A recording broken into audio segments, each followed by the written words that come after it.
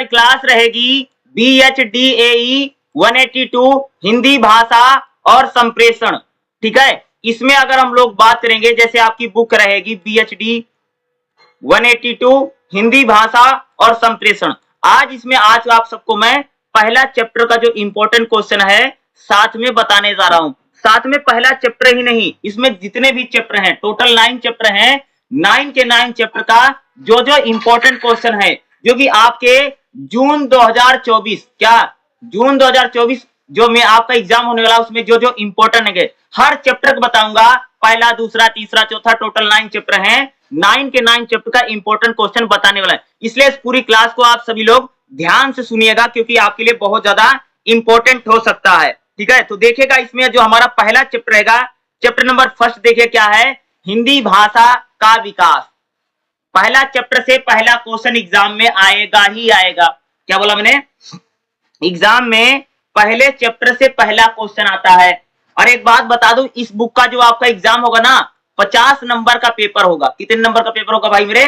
50 number का paper होगा और मात्र 2 घंटे का पेपर रहेगा। ठीक है, इसलिए आपका जो एग्जाम है ना, एग्जाम अगर मैं बात करूं तो आफ्टरनून का एग्जाम है। ठीक है, दोपहर का एग्जाम है, 2 बजे से लेकर के 4 बजे तक चलेगा। ठीक है, याद रखिएगा, होल टिकट में जरूर 3 घंटे लिखा रहता है कि 2 बजे से 5 बजे तक, लेकिन क्वेश्चन पेपर में जो टाइमिंग रहती है उस टाइमिंग को गिना जाता है। इसलिए आपका जो पेपर होगा दोपहर 2 बजे से लेकर के 5 बजे तक रहेगा। ठीक है, जो आपका एग्जाम रहेगा।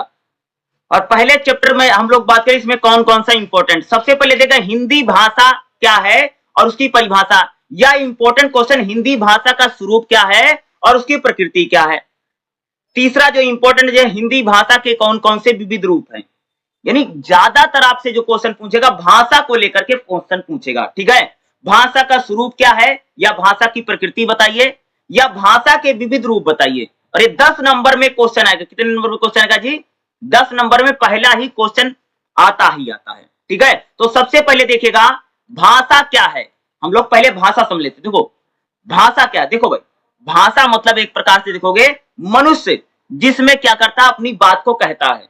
जैसे हम लोग क्या मनुष्य हैं, हमें अपनी बात को कहने के लिए किसी न किसी भाषा की जरूरत पड़ती है, क्योंकि भाषा के बिना हम लोग अपना बात किसी से कह नहीं सकते हैं। पहले के टाइम में बोला जाता कि जब लोगों के पास भाषा नहीं थी, उस समय पर लोग क्या करते थे, इशारों में बात करते थे, या इस प्रकार इशारों में बात करते थे। लेकिन जब से भाषा आई तब से मनुष्य ने क्या किया है, बोलना शुरू किया। कब से? बोलना से। यानी भाषा एक प्रकार से कह सकते हो कि हम लोग जिसमें अपने विचारों को प्रकट कर सकते हैं। विचार मतलब समझते, जैसे मान ली भाई मेरे मन में कोई बात है और मैं तुमसे कहना चाहता हूं, तो बिना भाषा के तो कहा नहीं जा सकता ना। अब जैसे एक एग्जांपल बताऊं, तुम सबने देखा होगा, जैसे हमारे घरों में कोई बच्चा होता है, जैसे आपके घर में कोई छोटा बच्चा पैदा होगा, जैसे 2 महीने का, 4 महीने का, 6 महीने के जो बच्चे होते हैं, उसके पास तो कोई भाषा नहीं, तो कुछ बोलता ही नहीं है। 2 महीने का बच्चा, 4 महीने, 6 महीने के बच्चे कुछ नहीं बोलते। 1 साल तक तो बच्चा बोलता ही नहीं, लगभग कुछ बच्चे बोलने लग जाते हैं। देखा होगा कि 4-6 महीने का जो बच्चा है वो बोलता नहीं है।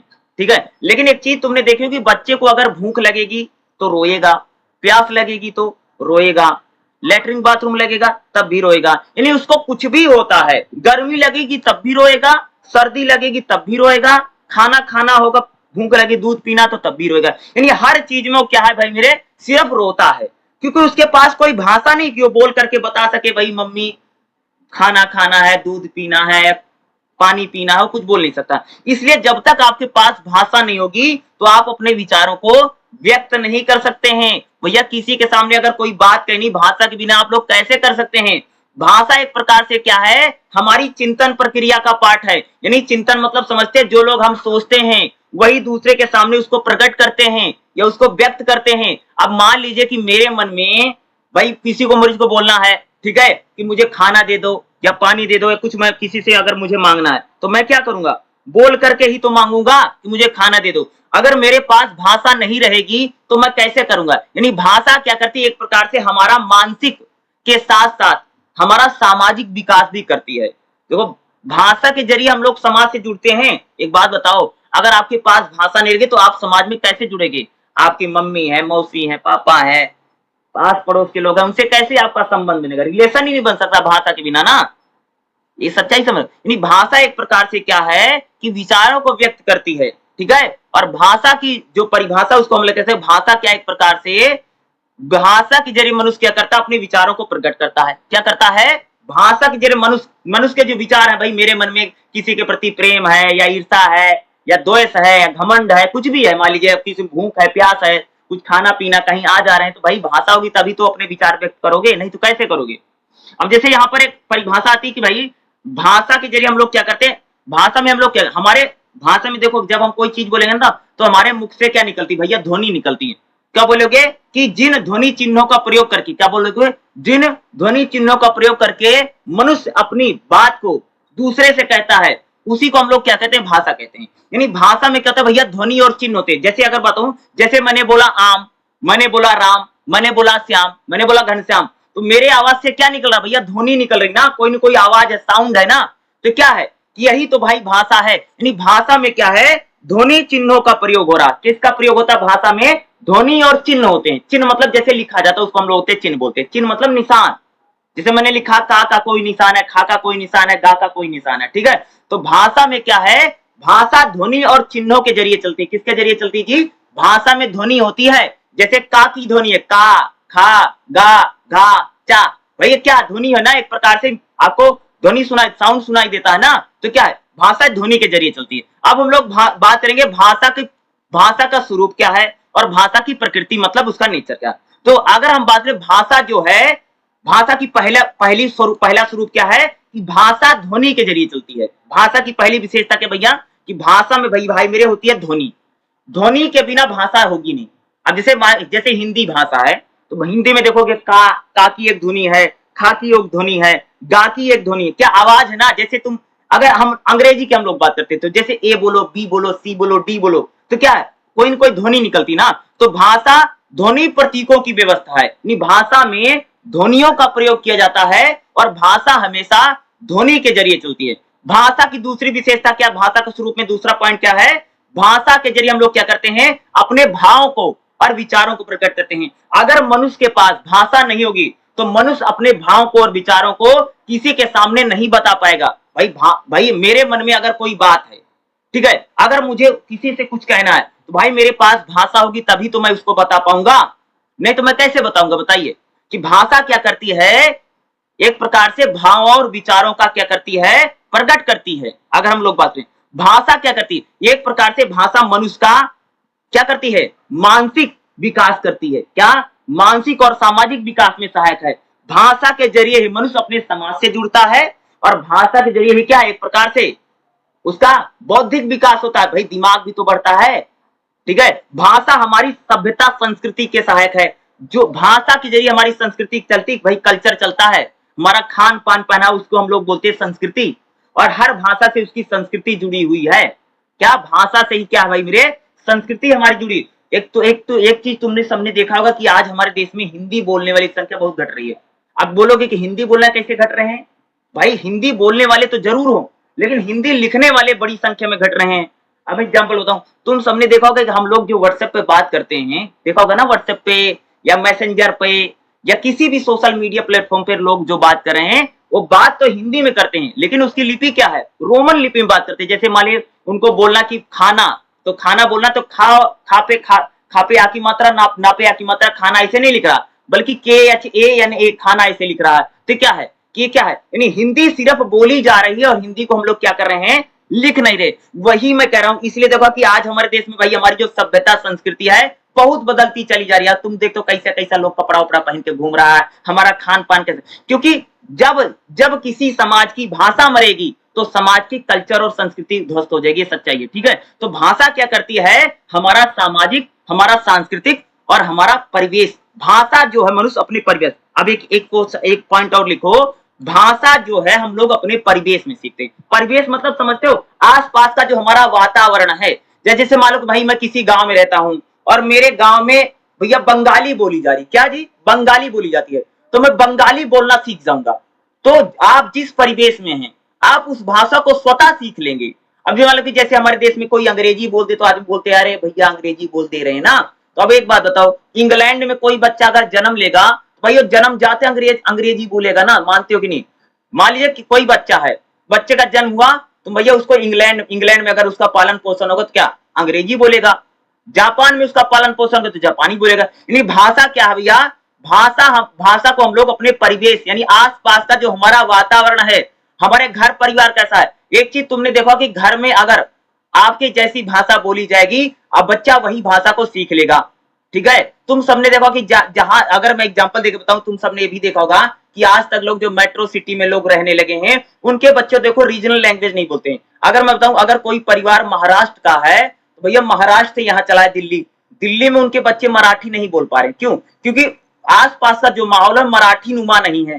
ठीक है, एग्जाम्पल जैसे मान लीजिए भाई कोई फैमिली है बंगाल की है, बंगाली परिवार है, आकर दिल्ली में रहता है, लेकिन भाई उसके माता पिता तो हो सकता है बंगाली बोल रहे होंगे जम करके, लेकिन वो बच्चा जो है वो उसका जो वातावरण है यानी उसके दोस्त हैं, मित्र हैं, जो सगे संबंधी हैं, आसपास का जो माहौल है वह बंगाली भाषा नुमा नहीं। इसलिए क्या हो, बच्चा जिस जहां पर रहेगा उस भाषा को क्या करेगा, स्वतः ही सीख लेगा। ठीक है, तो भाषा कोई व्यक्ति अगर सीखता है तो अपने परिवेश में सीखता है, यानी उसका जैसे वातावरण है। जैसे एग्जांपल मैं थोड़ा सा और बता देता हूं भैया, अगर कोई बच्चा गाली सीख रहा है तो आसपास का माहौल होगा तभी तो गाली सीख रहा है। जिसने जिंदगी में गाली सुनी नहीं होगी तो गाली कैसे सीखेगा। तो जैसे तुम समझे होगा कि अगर किसी के माँ बाप देते हैं, दोस्त देते हैं, फ्रेंड देते हैं, अगर कोई गाली बकता है तो बच्चा भी उस गाली को क्या करता है, सीख लेता। तो उसी प्रकार से भाषा भी है कि भाषा एक प्रकार से हम लोग अपने समाज में सीख रहे हैं। ठीक है भाई, मम्मी से, पापा से, दीदी से, भाई से, बहन से, जिससे भी हम लोग क्या करते हैं भाषा को। भाषा क्या करती है, एक प्रकार से परिवेश में,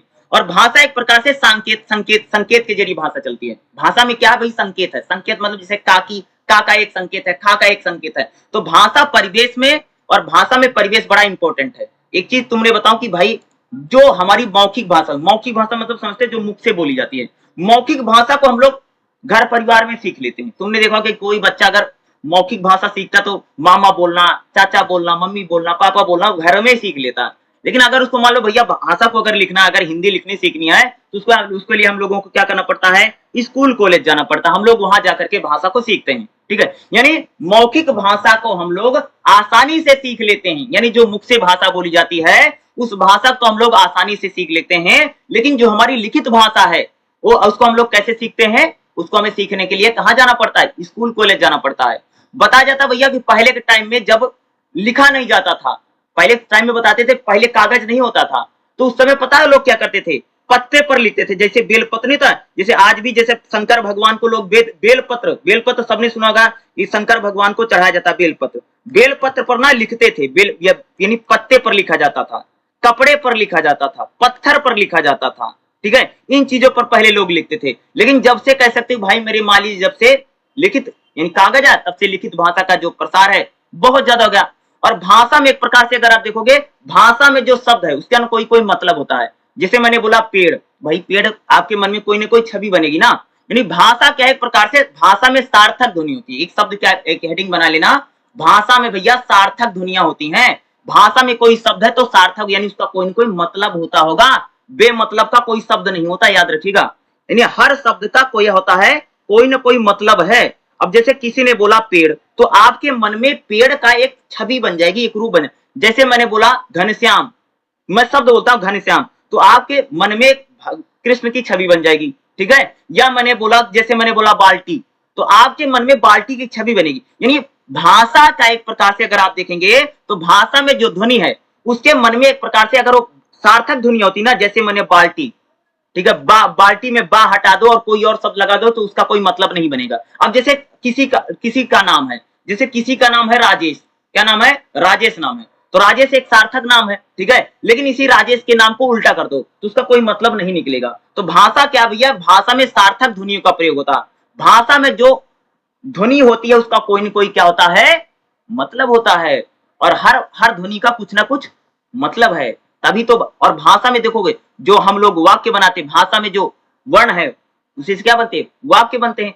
भाषा में भाई शब्द है, शब्द से क्या बनता है, वाक्य बनता है। तो भाषा एक प्रकार से क्या है, कह सकते हो कि सार्थक ध्वनियों के जरिए चलती है। भाषा में कोई निरर्थक ध्वनि नहीं है, हर ध्वनि का क्या भैया कोई न कोई मतलब है। जैसे आ, छोटा, बड़ा, छोटी, बड़ी, छोटा, बड़ा, इनका कुछ ना कुछ मतलब है। अब जैसे मैंने बोला आ, और आ एक ध्वनि है माँ, और आ और माँ को मिला दिया बन गया आम। ठीक है, और ई और मी है, इमली बन गया। तो क्या है कि भाषा में ध्वनियों को जोड़ करके हम लोग क्या बना लेते हैं, शब्द बना लेते हैं और शब्दों को जोड़ करके क्या बना लेते हैं, वाक्य बोलना बना लेते हैं। वाक्य क्या, जैसे राम घर जाता है, शीला पुस्तक पढ़ती है, घनश्याम साइकिल चला रहा, तो क्या है, वाक्य। तो ये क्या भाषा की एक प्रकार से करती है। अब एक इंपॉर्टेंट, बड़ा इंपॉर्टेंट क्वेश्चन एग्जाम में पूछा जाता है, ठीक है, इसको ध्यान रखिएगा। मैं पता क्या बता, भाषा के विविध रूप क्या है, भाषा भैया कितने प्रकार की है। अब हम लोग बात करें भाषा कितने प्रकार की है, तो भाषा भैया क्षेत्र के आधार पर, इलाका, भौगोलिक मतलब समझते हैं इलाका, ज्योग्राफी कंडीशन इंग्लिश में बोला जाता है, इलाका कैसे, जैसे जैसे एक बात हो, तुम हमारे देश में देखो, जैसे पहाड़ी लोग हैं तो पहाड़ियों की भाषा अलग है, जो धरातल यानी जैसे समतल इलाकों में, जैसे यूपी बिहार के समतल पहाड़ी की भाषा अलग है, और जो कश्मीर में रहते हैं उनकी भाषा अलग है। भौगोलिकता के आधार पर भाषा बिल्कुल अलग होती है। नहीं, भौगोलिकता मतलब समझते हो, इलाका, एरिया के अनुसार पर। एक लाइन हमारे यहाँ बोली जाती है, हम लोग बोलते हैं कि कोस कोस पे पानी बदले, चार कोस पे पानी, यानी कोस कोस पर क्या होता है, यानी एक एक कोस पर क्या होता है, पानी बदल जाता है, पानी का स्वाद बदल जाता है। और चार कोस, एक कोस में 3 किलोमीटर होता, क्या एक कोस में कितने किलोमीटर, 3 किलोमीटर, तो यानी क्या चार कोस पे पानी मतलब भाषा है, यानी बोली, चार कोस पर क्या भाषा बदल जाती है। अब एग्जाम्पल बताऊं, जैसे तुम लोग, मैं एक हरियाणा का एग्जाम्पल लेके बताऊं, हरियाणा में देखो, हरियाणा में जो भाषा बोली जाती है, अगर आप देखोगे कहीं कहीं हरियाणवी का टोन अलग है, कहीं अलग प्रकार से टोन है। आप किसी भी स्टेट में चले जाओ, अब जैसे बिहार है तो बिहार में मान लो भोजपुरी बोली जा रही है, तो भोजपुरी का भी अलग अलग स्टाइल है बोलने का, अलग अलग तरीके, कहीं पर बिल्कुल ठेठ बोली जा रही है, कहीं पर भाई थोड़ी नरमी है, क्या है, भाषा यानी भौगोलिकता के आधार पर बदलती है। तो भाषा के जो विविध रूप हैं ये काफी इंपॉर्टेंट है, इस टाइप का क्वेश्चन एग्जाम में आएगा और काफी इंपॉर्टेंट क्वेश्चन आता है। देखिएगा, क्षेत्र के आधार पर भाषा, भैया सबसे पहली बोली होती व्यक्तिगत बोली। व्यक्तिगत बोली मतलब समझते हो कि किसी आदमी की खुद की जो बोली है उसको हम लोग बोलते हैं व्यक्तिगत बोली। यानी हर व्यक्ति का कुछ ना कुछ बोलने का अंदाज होता है, प्रभाव होता ना।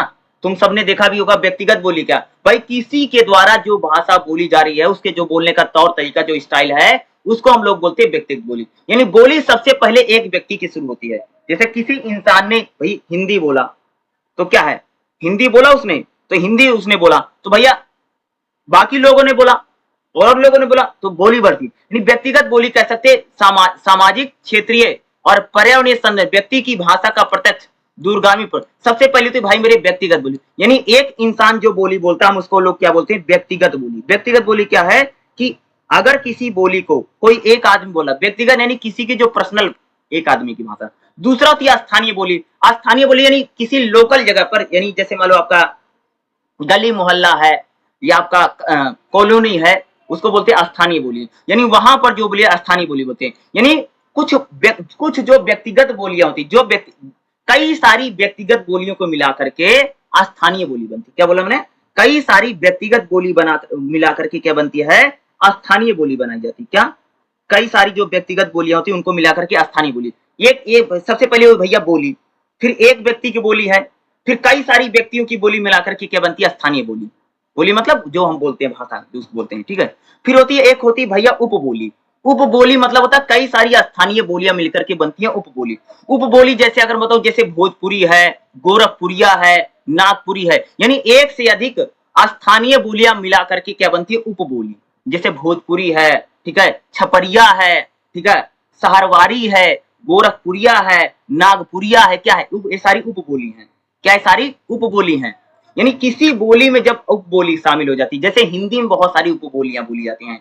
अब जैसे मैथिली है, मगही है, या वो ये सारी, ठीक है, ये राजस्थानी है, सारी क्या, सारी उपबोलियां में थी। अगला देखिए भैया क्या होती, बोली। बोली क्या है, कई सारी जो उपबोलियां होती उनको मिलाकर के बनती है बोली, ठीक है। क्या, बोली। बोली का जैसे भोजपुरी, मैथिली, मगही, क्योंकि ये तीनों भाषा, जो तीनों बोली तीनों बिहार की हैं। अब मैं थोड़ा और बता, हरियाणवी, राजस्थानी, ठीक है, गुजरात, या इस प्रकार की, जैसे अब मैं बताया ना, अवधी, इस प्रकार की क्या है, ये सारी बोलियां हैं। क्या है, सारी बोली है।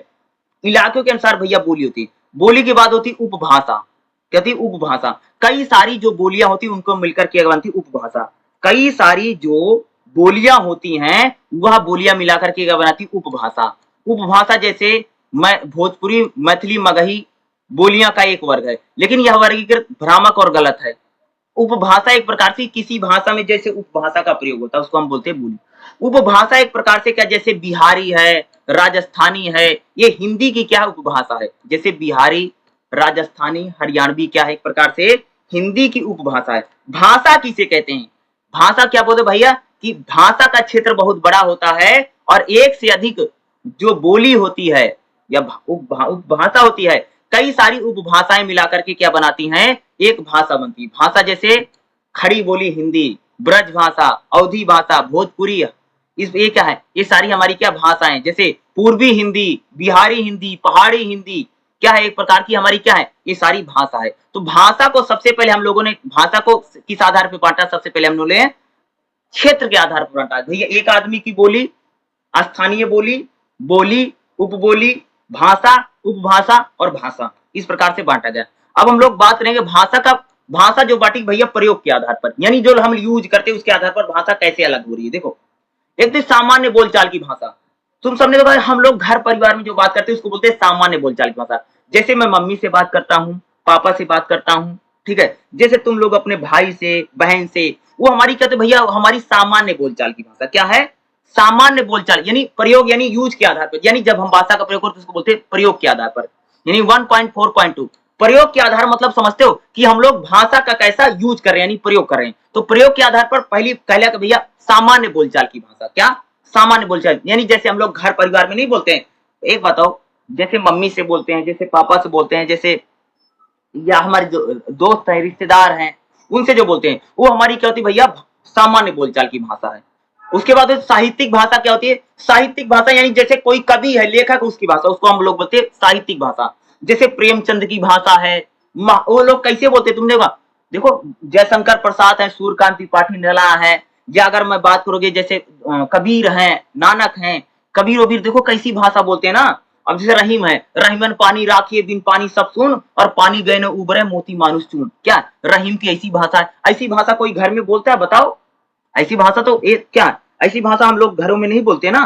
क्या है? ऐसी भाषाओं का प्रयोग हम लोग घर में नहीं। साहित्यिक भाषा मतलब होता भैया कि जिस ऐसी भाषा, जिस भाषा में कविता लिखी जाती हो, कहानी लिखी जाती हो, उसको हम लोग बोलते हैं साहित्यिक भाषा। जैसे हिंदी साहित्यिक भाषा है क्योंकि उसमें भैया कविता, कहानी सब लिखा जाता है। जैसे अंग्रेजी है, अंग्रेजी में कविता, कहानी, ये होती है हमारी भैया साहित्यिक भाषा।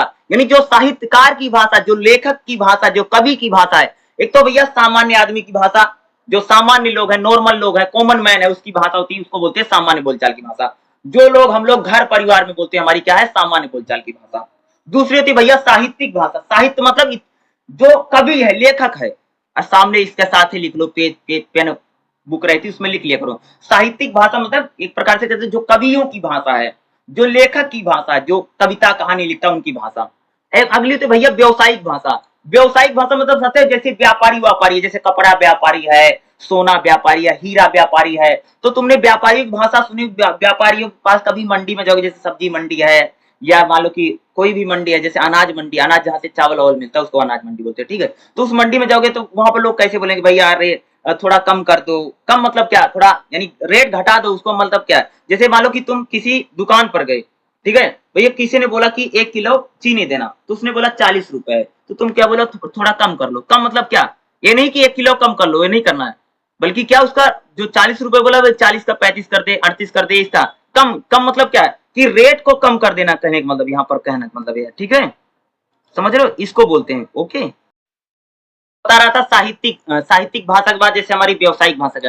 भाई व्यावसायिक भाषा सिंपल सी बात है कि जैसे जो व्यापारी होता है, जैसे मैं अगर बात हूँ, जैसे जैसे सोना व्यापारी है, हीरा व्यापारी है, जैसे हम लोग मार्केट की बात करें, जैसे तुम सबने सुना होगा कि भाई जैसे शेयर बाजार गिर गया कि शेयर बाजार का जो सेंसेक्स है वो डाउन मार गया, निफ्टी डाउन मार गया है, मार्केट जो डाउन चला जाता है। अब जैसे तुम सबने अखबार में पढ़ा होगा कि अखबार में कैसी भाषा लोग यूज करते हैं, जैसे बोलेंगे कि सोना फिसला, चांदी लुढ़की, यानी सोने का जो फिसला मतलब सोने के रेट कम हो गए, चांदी के रेट कम हो गए, या सोना उछला यानी सोने के रेट क्या है? बढ़ गए हैं। ये व्यापारियों की भाषा होती है।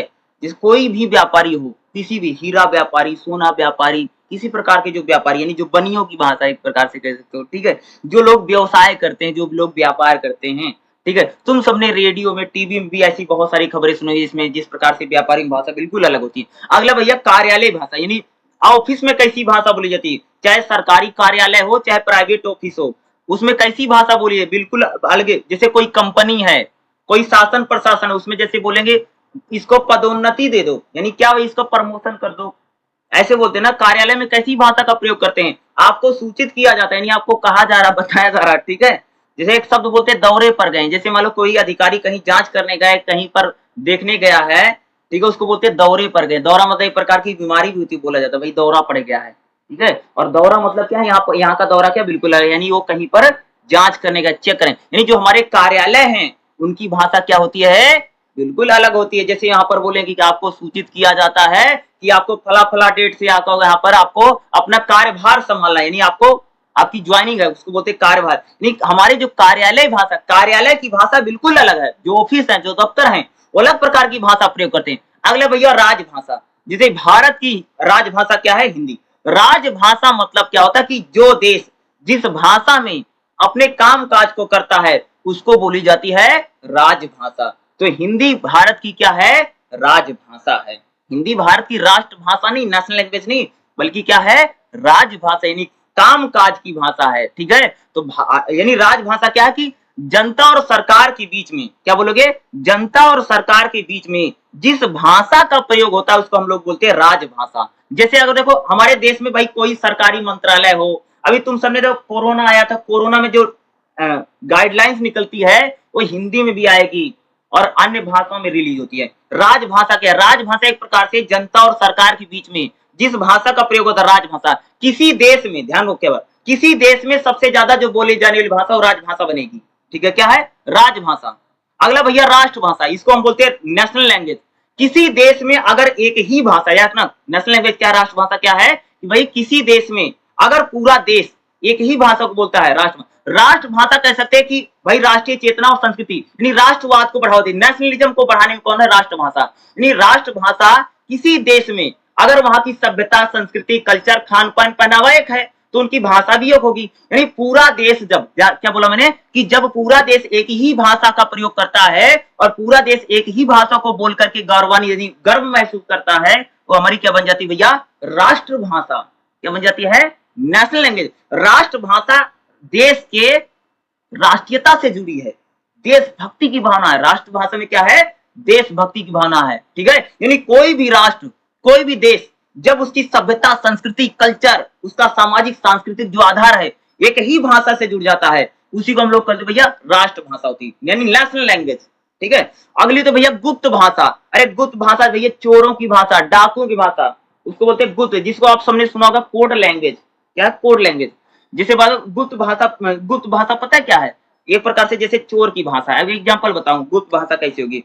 जैसे मान लीजिए, अब गुप्त भाषा एग्जांपल बता दो, देखो जैसे मान लो कि तुम पेपर देने बैठे हो, क्या तुम पेपर देने बैठे हो और तुम पीछे बैठे हो, तुम्हारा दोस्त आगे बैठा है, तुम पीछे बैठे, तुम्हारा दोस्त आगे बैठा है और बगल में टीचर खड़ा है और तुम्हें तुम्हारे दोस्त से अगर कुछ पूछना है, भाई जैसे मान लो कि भाई तुमको कुछ नहीं आ रहा तो थोड़ा दिखा उखा दे, जब मारे तुम नकल मारे उसके पन्ने में से, ठीक है, और उसने थोड़ा सा ढक लिया है, तो तुम क्या करो, उसको बोलोगे नहीं, बल्कि क्या करो, उसके हाथ पे ऐसे हाथ रख दोगे, उसके जैसे शरीर पे, पीठ पे हाथ रखोगे, वो पीछे लड़का मुड़ जाएगा। क्या है, इसी को हम लोग बोलते हैं भैया गुप्त भाषा। गुप्त भाषा वह होती है कि एक प्रकार से जो सेना की भाषा, जैसे कोड लैंग्वेज। जैसे मान लीजिए कि भाई, जैसे मान लो किसी को तुम कोई बात कहनी तो बोला कि ऐसे मत बोलना, इशारों में बात करना। जैसे एक शब्द बड़ा है, सुपारी निकाल देना, क्या है, जैसे पहले जैसे बोला जाना है फिल्मों में, तुमने सुना फलाने की सुपारी निकाल देना, सुपारी निकाल भैया इसका काम खत्म कर दो, क्या काम खत्म कर दो। एक और एग्जाम्पल देके बताता हूँ।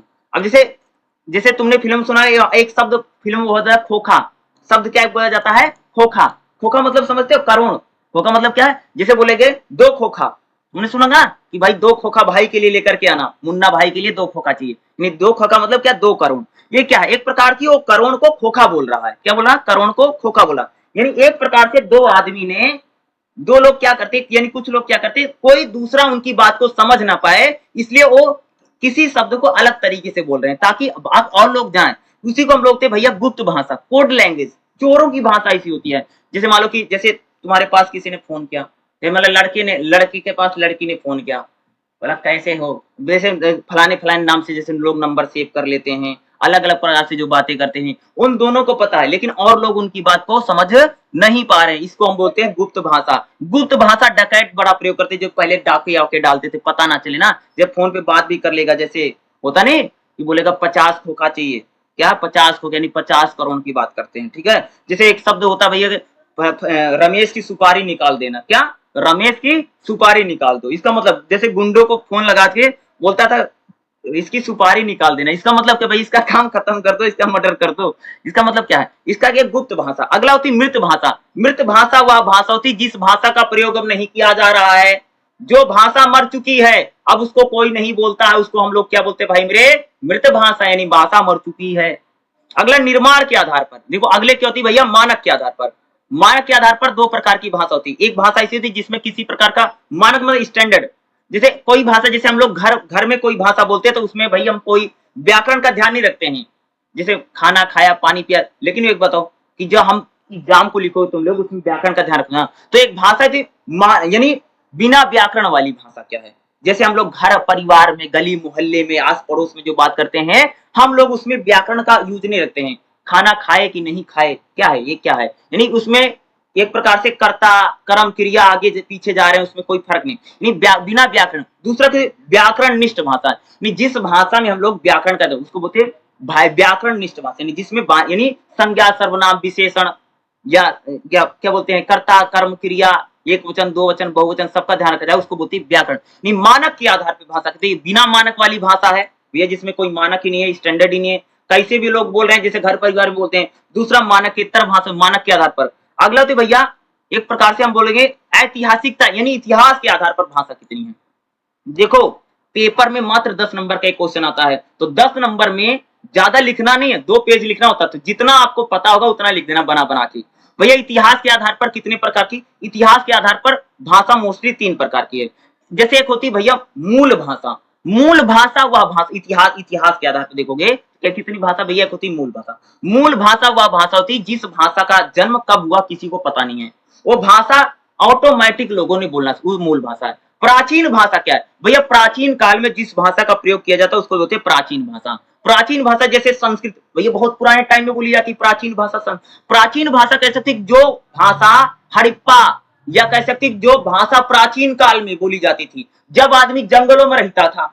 तुम सबने इतिहास में सुना था, पहले इंसान भैया जंगलों में रहता था, वहीं पर कंदमूल फल खाता था, वहीं जानवरों का शिकार करता, वहीं रहता था। तो भैया प्राचीन काल में कौन सी भाषा थी, जैसे संस्कृत बोली जाती थी, ग्रीक भाषा बोली जाती थी, लैटिन, हिब्रू और तमिल। तमिल बहुत पुरानी भाषा है, हिब्रू बहुत पुरानी भाषा, विदेशी भाषा है, ठीक है। दूसरी मध्यकालीन, मध्यकाल में कौन कौन सी भाषा, जब हमारे देश में मध्यकाल यानी 12वीं से लेकर के 7वीं शताब्दी तक कौन भाषा, मध्यकाल में अगर आप देखो हमारे देश में पाली भाषा बोली गई। पाली, पाली एक भाषा है। प्राकृत, अपभ्रंश, जैसे अगर भारत में देखो मध्यकाल में कौन सी भाषा, जैसे अरबी फारसी बोली गई। अगर आप देखेंगे मध्यकाल में जब हमारे देश में मुसलमानों ने शासन किया, या 12वीं शताब्दी से लेकर के 7वीं शताब्दी तक, यानी अगर आप देखें दिल्ली सल्तनत मुगल काल में, तो मध्यकाल में लोग कौन सी भाषा बोल रहे हैं भैया, अरबी फारसी, यही भाषा बोलते थे ना, या प्राकृत, अपभ्रंश, इस प्रकार की भाषा का। आधुनिक भाषा आज के समय में कौन सी भाषा बोली है, आधुनिक यानी प्रेजेंट टाइम में कौन सी आधुनिक भाषा, कौन कौन सी, जैसे भैया आज हिंदी, अंग्रेजी, मराठी, फ्रेंच, क्या है, ये सारी आधुनिक भाषा है। तो खास तौर से एक क्वेश्चन बड़ा इंपॉर्टेंट रहेगा जो आपका 1.3 है, कि भाषा के कौन कौन से विविध रूप हैं। 10 नंबर में क्वेश्चन आने की इसकी संभावना बहुत ज्यादा है, और हाई संभावना की क्वेश्चन आपके एग्जाम में पूछा जा सकता है, इसलिए इसको पढ़ करके क्या जाना बहुत ज्यादा जरूरी है। और 10 नंबर के लिए 2 से 2.5 पेज ही लिखना रहेगा, और आपका 182 आपका जो पेपर है, इस बात को आप जरूर ध्यान में रखिएगा जो मैंने आपको बताया है। चलिए अगले क्या है, हिंदी भाषा और उसका विकास कैसे हुआ। भैया अगर हम हिंदी भाषा की बात करूं तो हिंदी भाषा का विकास कैसे, तो भैया आदिकाल से माना जाता है। आदिकाल मतलब एक प्रकार से 1000 ईस्वी से लेकर के 15वीं शताब्दी का माना जाता है। देखो हमारे देश में ना भाई मेरे पहले पता कौन सी भाषा बोली जाती थी, पहले पुराने टाइम में प्राकृत भाषा थी। क्या थी जी, पुराने टाइम में अगर आप देखो भारत में कौन सी भाषा बोली जाती थी, प्राकृत, प्राकृत, पाली, इस प्रकार की भाषा बोली जाती थी। पुराने टाइम में प्राकृत बोली जाती थी, पाली बोली जाती थी, अपभ्रंश बोली जाती थी। पहले हिंदी नहीं थी, पहले हिंदी भाषा नहीं बोली जाती। हिंदी की शुरुआत तो 1000 शताब्दी के बाद हुई, यानी 1000 के बाद हुई हिंदी, ठीक है। हिंदी तो एक प्रकार से मिक्स लैंग्वेज यानी अपभ्रंश से निकली हुई भाषा हिंदी। तो हिंदी की जो शुरुआत है, हिंदी कहां से निकली हुई है, अपभ्रंश से निकली। आज अपभ्रंश मतलब मिक्स लैंग्वेज से निकली हुई भाषा है। पहले भाषा कौन सी बोली जाती हमारे यहाँ पर, पहले भाई मेरे हमारे यहाँ पर बोली जाती प्राकृत, प्राकृत भाषा थी, पाली भाषा थी, ठीक है, या अपभ्रंश थी, इस प्रकार से। क्या हुआ कि जब अपभ्रंश बोले, अपभ्रंश में से हिंदी निकली। अपभ्रंश में से कौन सी भाषा निकली? हिंदी। और हिंदी की शुरुआत कहा जाता है भैया आदिकाल से हुई। हिंदी की शुरुआत हमारे देश में कब से हुई है? आदिकाल से। कौन सा काल है जी? आदिकाल। आदिकाल से किसकी शुरुआत? हिंदी भाषा की। तो आदिकाल में हिंदी भाषा बोली जाती थी। अगर हम लोग बात करें यानी 1000 ईस्वी से लेकर के 1500 में अगर आप देखोगे, अपभ्रंश और प्राकृत का प्रभाव हिंदी पर था। हिंदी का विकास निश्चित नहीं था, लेकिन हिंदी की शुरुआत जो है वह कह सकते हैं एक प्रकार से अपभ्रंश भाषाओं से मानी जाती है। ठीक है, जैसे अगर आप हिंदी में जैसे शब्द देखोगे अपभ्रंश में, जैसे डा ढा है, चाचा, हिंदी की शुरुआत वहीं से मानी गई। यानी हिंदी की जो शुरुआत है वो आदिकाल से लेकर के 15वीं शताब्दी तक रही। और जब भाई मध्यकाल आया, मध्यकाल में देखोगे हिंदी में अगर आप देखो ब्रज, अवधि, खड़ी बोली का प्रयोग हुआ और हिंदी भाषा का प्रयोग खूब मध्यकाल में। मध्यकाल मतलब एक प्रकार से जब हमारे देश में भैया भक्ति आंदोलन ने तो हिंदी को इतना बढ़ाया और हिंदी में क्षेत्रीय भाषाओं का खूब विकास हुआ। ब्रज, मैथिली, मगही, अवधि, ब्रज तो भाई साहित्यकारों की भाषा खूब बनी पूरे मध्यकाल में। अगर आप उठा के देखो क्या है, मीराबाई है, रसखान है, कबीर है, सब ब्रज में बोल रहे हैं। या अगर हम मैथिली शरण गुप्त हैं, एक प्रकार से क्या सब ब्रज में बोल रहे हैं। उस समय जितने लेखक कवि थे मध्यकाल में तो भैया हिंदी का खूब विकास हुआ। और मध्यकाल में हिंदी के साथ साथ अरबी फारसी खूब रही। किसका? मध्यकाल में अगर आप देखोगे किसकी भाषा का? अरबी और फारसी भाषा का भी क्या रहा? खूब ज्यादा ही रहा यहाँ पर। कि भाई जो मध्यकाल है, मध्यकाल में अगर आप देखें कौन कौन सी भाषा बोली जाती थी, जैसे ब्रज भाषा बोली जाती है, अवधी भाषा बोली जाती है, खड़ी बोली बोली जाती है, इन सब का प्रयोग होने लग गया था। ठीक है, खास तौर से यहाँ पर जैसे का लिखा, का के नीचे मात्रा बुंदी लगा देते, क्या? नुक्ता। क्योंकि यह मध्यकाल में अगर आप देखें तो अरबी फारसी का बड़ा प्रयोग है, इसलिए नुक्ता का प्रयोग भाषा में खूब रहा। आधुनिक भाषा क्या? आधुनिक काल में अगर आप देखें 18वीं शताब्दी के बाद अगर आप देखेंगे तो भारत में खड़ी बोली का प्रयोग खूब रहा। खड़ी बोली जो हिंदी है, जिसे राम घर जाता है, खड़ी बोली है। क्या है? राम घर जाता है, शीला पुस्तक पढ़ती है, दिनेश साइकिल चलाता है, ये क्या है? ये हमारी खड़ी बोली है। क्या है? खड़ी बोली है। खड़ी बोली का प्रयोग यानी आधुनिक काल में यानी 18वीं शताब्दी के बाद अगर आप लोग देखेंगे तो किस भाषा का प्रयोग खूब रहा? आधुनिक समय में खड़ी बोली का प्रयोग रहा। खड़ी बोली के साथ साथ अगर आप देखेंगे अंग्रेजी का प्रभाव खूब रहा, क्योंकि इस समय अगर आप देख रहे हो तो अंग्रेज हमारे देश पर शासन कर रहे हैं और उन्होंने इस देश में भैया अंग्रेजी का खूब प्रचार प्रसार किया। तो आधुनिक काल में भारत में खड़ी बोली का प्रयोग रहा। और खड़ी बोली में आप सबने सुना गया कि खास तौर से भारतेंदु ने हिंदी में एक प्रकार से उन्होंने कविता को लिखने का प्रयास, कविता कहानी खूब लिखा। तो हिंदी में खड़ी बोली का प्रयोग खूब रहा।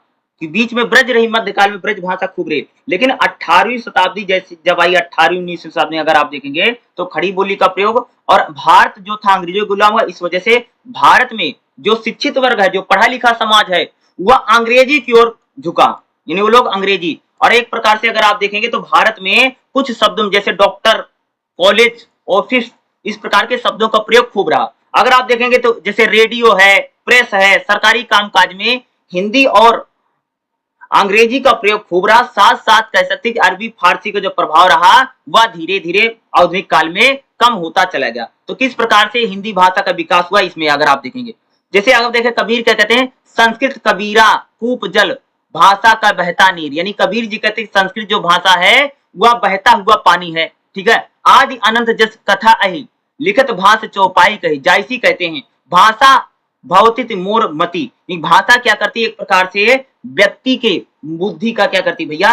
विकास करती है। ये सारी बातें कौन कर रहे हैं? जैसे कबीर ने कहा, जायसी ने कहा, तुलसीदास। तो हिंदी भाषा का विकास किस प्रकार से हुआ? एक क्वेश्चन आपके लिए आ सकता है। जैसे हिंदी भाषा में अगर आप देखें, जैसे उर्दू भाषा, उर्दू कोई एक प्रकार की भाषा नहीं बल्कि उर्दू एक प्रकार से मिक्स लैंग्वेज है। क्या है? Mix language. उर्दू शब्द तुर्की भाषा का है जिसमें शाही शिविर में खेमा है। जब मुगल बादशाह भारत आए उन्होंने बड़े बड़े फौजी पड़ाव डाले और एक प्रकार से उर्दू एक मुअल्ला कहा जाता था। स्थानीय लोगों ने परस्पर अरबी, फारसी और तुर्की में पंजाबी, बांगरू, कौरवी, ब्रज का मिश्रण होने से एक नई भाषा का विकास हुआ जिसको हम लोग उर्दू बोले। तो उर्दू एक प्रकार की क्या है? मिक्स भाषा है। ठीक है, और एक प्रकार से जो फौजी होते थे, जो एक प्रकार से सेना के लोग होते थे, उन लोगों के जरिए कह सकते कि उर्दू का विकास हुआ। और एक भैया हिंदुस्तानी, हिंदुस्तानी शब्द यानी हिंदुस्तानी शब्द हिंदुस्तान प्लस ई से बना है, जिसमें ग्रियसन, धीरेन्द्र इनका मत था। 13वीं शताब्दी में औफी और अमीर खुसरो ने इसका खूब प्रयोग किया। हिंदुस्तानी, हिंदवी से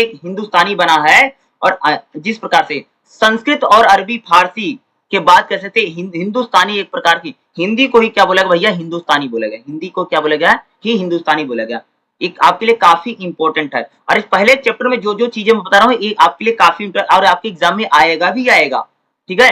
अगर देखो ये हमारे पूरा इंडिया का मैप बना है, पेज नंबर 18 निकाल लो सभी लोग, अगर आपके पास बुक है तो पेज नंबर 18 में आ जाओ। देखो यहाँ पर इंडिया का मैप बना है, पेज नंबर 18 इंडिया का मैप देखो। देखो जम्मू कश्मीर में कौन सी भाषा बोली जाती है? कश्मीरी और डोगरी बोली जाती है। देखो पंजाब में पंजाबी बोली जाती है, हरियाणा में हरियाणवी है। अगर आप देखेंगे साथ में हरियाणा में मेवाती भी बोली जाती है। अगर देखेंगे मध्य प्रदेश में जयपुरी मारवाड़ी बोली जाती है। राजस्थान में भाई, राजस्थान में जयपुरी और मारवाड़ी, ठीक है। अगर आप आएंगे मध्य प्रदेश में मालवीय मारवाड़ी, बुंदेलखंड यूपी का, यूपी में अगर बुंदेली, कन्नौजी, ब्रज, अवधी, इस प्रकार की खूब भाषा बोली जाती है। कहां पर? यूपी में। गुजरात में पूरी गुजराती बोली जाती है, महाराष्ट्र में मराठी है। और दक्कनी कहां पर? कर्नाटक में दक्कनी बोली जाती है, ठीक है। तेलुगु कहां पर? तेलुगु आंध्र प्रदेश तमिलनाडु में तेलुगु बोली जाती है, एक खास तो तेलंगाना जो राज्य है, ठीक है, तेलंगाना में। कन्नड़ अगर आप देखें, कन्नड़ एक प्रकार से जो कर्नाटका में कन्नड़ है। तमिलनाडु में तमिल बोली जाती है, तमिल भाषा तमिलनाडु में। और केरल में कौन सी भाषा बोली जाती है भैया? मलयालम। केरल में कौन सी भाषा बोली जाती है? मलयालम। देखो पूरा इंडिया का मैप बना है और पूरे इंडिया के मैप में बता रखा कहां पर पहुंची। बिहार में कौन सी भाषा? मैथिली बोली जाती है, मगही बोली जाती है और भोजपुरी बोली जाती है। मुख्यतः ये भाषा है कि मैथिली, मगही और भोजपुरी। पूरा इंडिया का मैप बना पेज नंबर 18। असम में असमिया बोली जाती है, मुख्यतः असमिया है। और बंगाल में बंगाली और उड़ीसा में उड़िया भाषा है, ठीक है। छत्तीसगढ़ में छत्तीसगढ़िया और बघेली एक प्रकार से बघेली जो भाषा है मध्य प्रदेश को टच करती है, वहां बोली जाती है। तो पूरा इंडिया का मैप बना रखे कि कौन कहां पर कौन सी भाषा बोली जाती है। यानी हिंदी भाषा का विकास, हिंदी कहां पर कौन कौन सी हिंदी। अगर आप पश्चिमी हिंदी देखोगे, पश्चिम में देखो, पश्चिम में एक प्रकार से अगर आप देखोगे तो यहाँ पर पश्चिम पता कौन सी इलाका? जैसे राजस्थान है, हरियाणा है, क्या है? जैसे राजस्थान है, हरियाणा है। इन इलाकों में कौन सी भाषा? जैसे कन्नौजी है, ब्रज है, हरियाणवी है और कौरवी भाषा बोली जाती है। पूर्वी हिंदी, पूरब में अगर आप चलोगे, यानी जो बिहार का थोड़ा रीजन ले, यूपी में चलो, उस साइड कौन सी भाषा भैया? उस साइड भोजपुरी, मगही, मैथिली। यानी बिहार में कौन सी भाषा बोली? भोजपुरी, मैथिली। और पूर्वी हिंदी कौन कौन सी? पूर्वी जैसे अवधी है, बघेली, छत्तीसगढ़ी है। पूर्वी हिंदी मतलब समझते कि अगर यूपी का जो इलाका है, हल्का मध्य प्रदेश का इलाका है, छत्तीसगढ़ के इलाके में, ये पूर्वी हिंदी, यानी यहाँ पर अवधी बोली जाएगी, बघेली बोली जाएगी। राजस्थान में कौन सी भाषा बोली जाती है? जयपुरी, मारवाड़ी, मेवाती, मालवी। पहाड़ों में, पहाड़ी मतलब समझते उत्तराखंड में, और जो उत्तराखंड में जो बोली जाती है, और हिमाचल में कौन सी भाषा? तो वहां पर जैसे हिमांचली या कुमानी गढ़वाली भाषा कहां पर बोली जाती है पता है? उत्तराखंड में बोली जाती है, ठीक है। तो अगर आप देखेंगे हिंदी भाषा का स्वरूप और क्षेत्र, यानी कौन सी भाषा किस इलाके में बोली जाती है। तो अगर आप देखें बिहार में, यूपी में, हिमाचल प्रदेश में, हरियाणा, राजस्थान, मध्य प्रदेश, दिल्ली, पंजाब, तो कह सकते हैं यहाँ पर भाषाओं का पूरा जाल फैला हुआ। कहीं पर पश्चिमी हिंदी है, पूर्वी हिंदी है, बिहारी, राजस्थानी, पहाड़ी, इसमें 18 भाषाओं में पूरा बटा हुआ। और कौन सी इलाके में कौन सी भाषा बोली जाती है। और एक क्वेश्चन भी आपके एग्जाम में आ सकता है, हिंदी भाषा का स्वरूप और क्षेत्र क्या है। तो ये सारा याद करना, जो मैं पढ़ा रहा हूँ, पेज नंबर 18 पर जो मैप बना इंडिया का ना, यही मैप छाप देना, और कौन सी भाषा कहां पर बोली जाती है, अच्छे मार्क्स मिल जाए, कोई दिक्कत वाली बात नहीं है। तो पहले चैप्टर में जितने भी इंपॉर्टेंट क्वेश्चन थे, जो भी आपके एग्जाम में पूछा जा सकता, मैंने सारे क्वेश्चन को बताने का प्रयास किया है। और पहला चैप्टर आप जरूर अच्छे से पढ़ के जाइएगा, क्योंकि इस चैप्टर से क्वेश्चन आएगा ही आएगा। याद रखिएगा 10 नंबर या 15 नंबर, 10 से 15 नंबर का क्वेश्चन आएगा इस पहले चैप्टर से। तो 10, और ये आप देखिएगा अगला चैप्टर जो हमारा दूसरा रहेगा, दूसरा भी चलिए मैं आप सबको बता देता हूँ। पहला चैप्टर इसी के साथ क्या हमारा समाप्त हो गया। दूसरा चैप्टर रहेगा, इसमें दूसरा चैप्टर क्या है? हिंदी वर्णमाला, हिंदी की वर्ण व्यवस्था, स्वर एवं व्यंजन। अगर हम लोग बात करें इसमें कौन सा इंपॉर्टेंट रहेगा, अगर हम इंपॉर्टेंट क्वेश्चन की बात करें तो देखिएगा इसमें क्या है, जैसे वर्णमाला क्या है, ये काफी इंपॉर्टेंट रहने वाला, क्योंकि ये क्वेश्चन आपसे कई बार पूछा जा सकता है। वर्णमाला को लेकर के आ सकता है, स्वर क्या होते हैं और व्यंजन क्या होते हैं, काफी इंपॉर्टेंट है, ठीक है। ये क्वेश्चन आपके एग्जाम में आ सकता है और आपके एग्जाम में पूछा भी जा सकता है। देखो जैसे यहाँ पर दिया वर्ण और लिपि क्या है। वर्ण मतलब समझते हो, जैसे का, खा, गा, घा, इसको हम लोग बोलते हैं, क्या बोलते हैं? वर्ण। जैसे का है, खा है, गा है, घा है, रा है, इनको हम लोग क्या बोलते हैं? इनको बोला जाता है वर्ण, ठीक है। और लिपि क्या होती है? यानी भाषा को जिसमें लिखा जाता है उसी को हम लोग क्या कहते हैं? लिपि कहते हैं। जैसे मान लो हिंदी को देवनागरी लिपि में लिखा जाता है, किसमें लिखा जाता है भाई मेरे? देवनागरी लिपि में लिखा जाता है, ठीक है। हिंदी को हम लोग किसमें लिखते हैं? देवनागरी में लिखते हैं, ठीक है।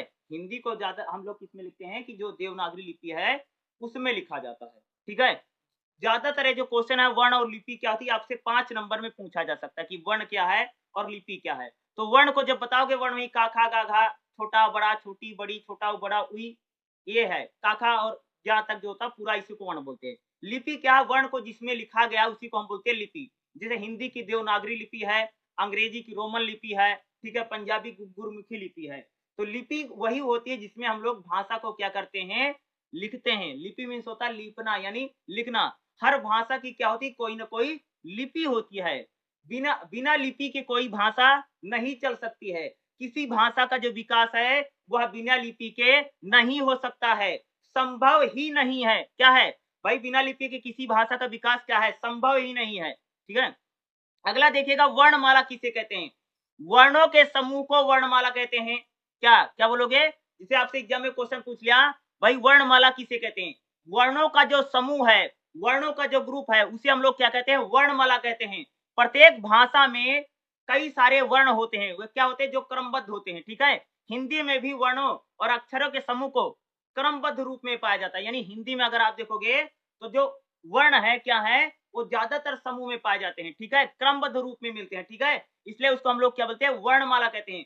वर्णमाला में अगर देखो स्वर और व्यंजन होते हैं।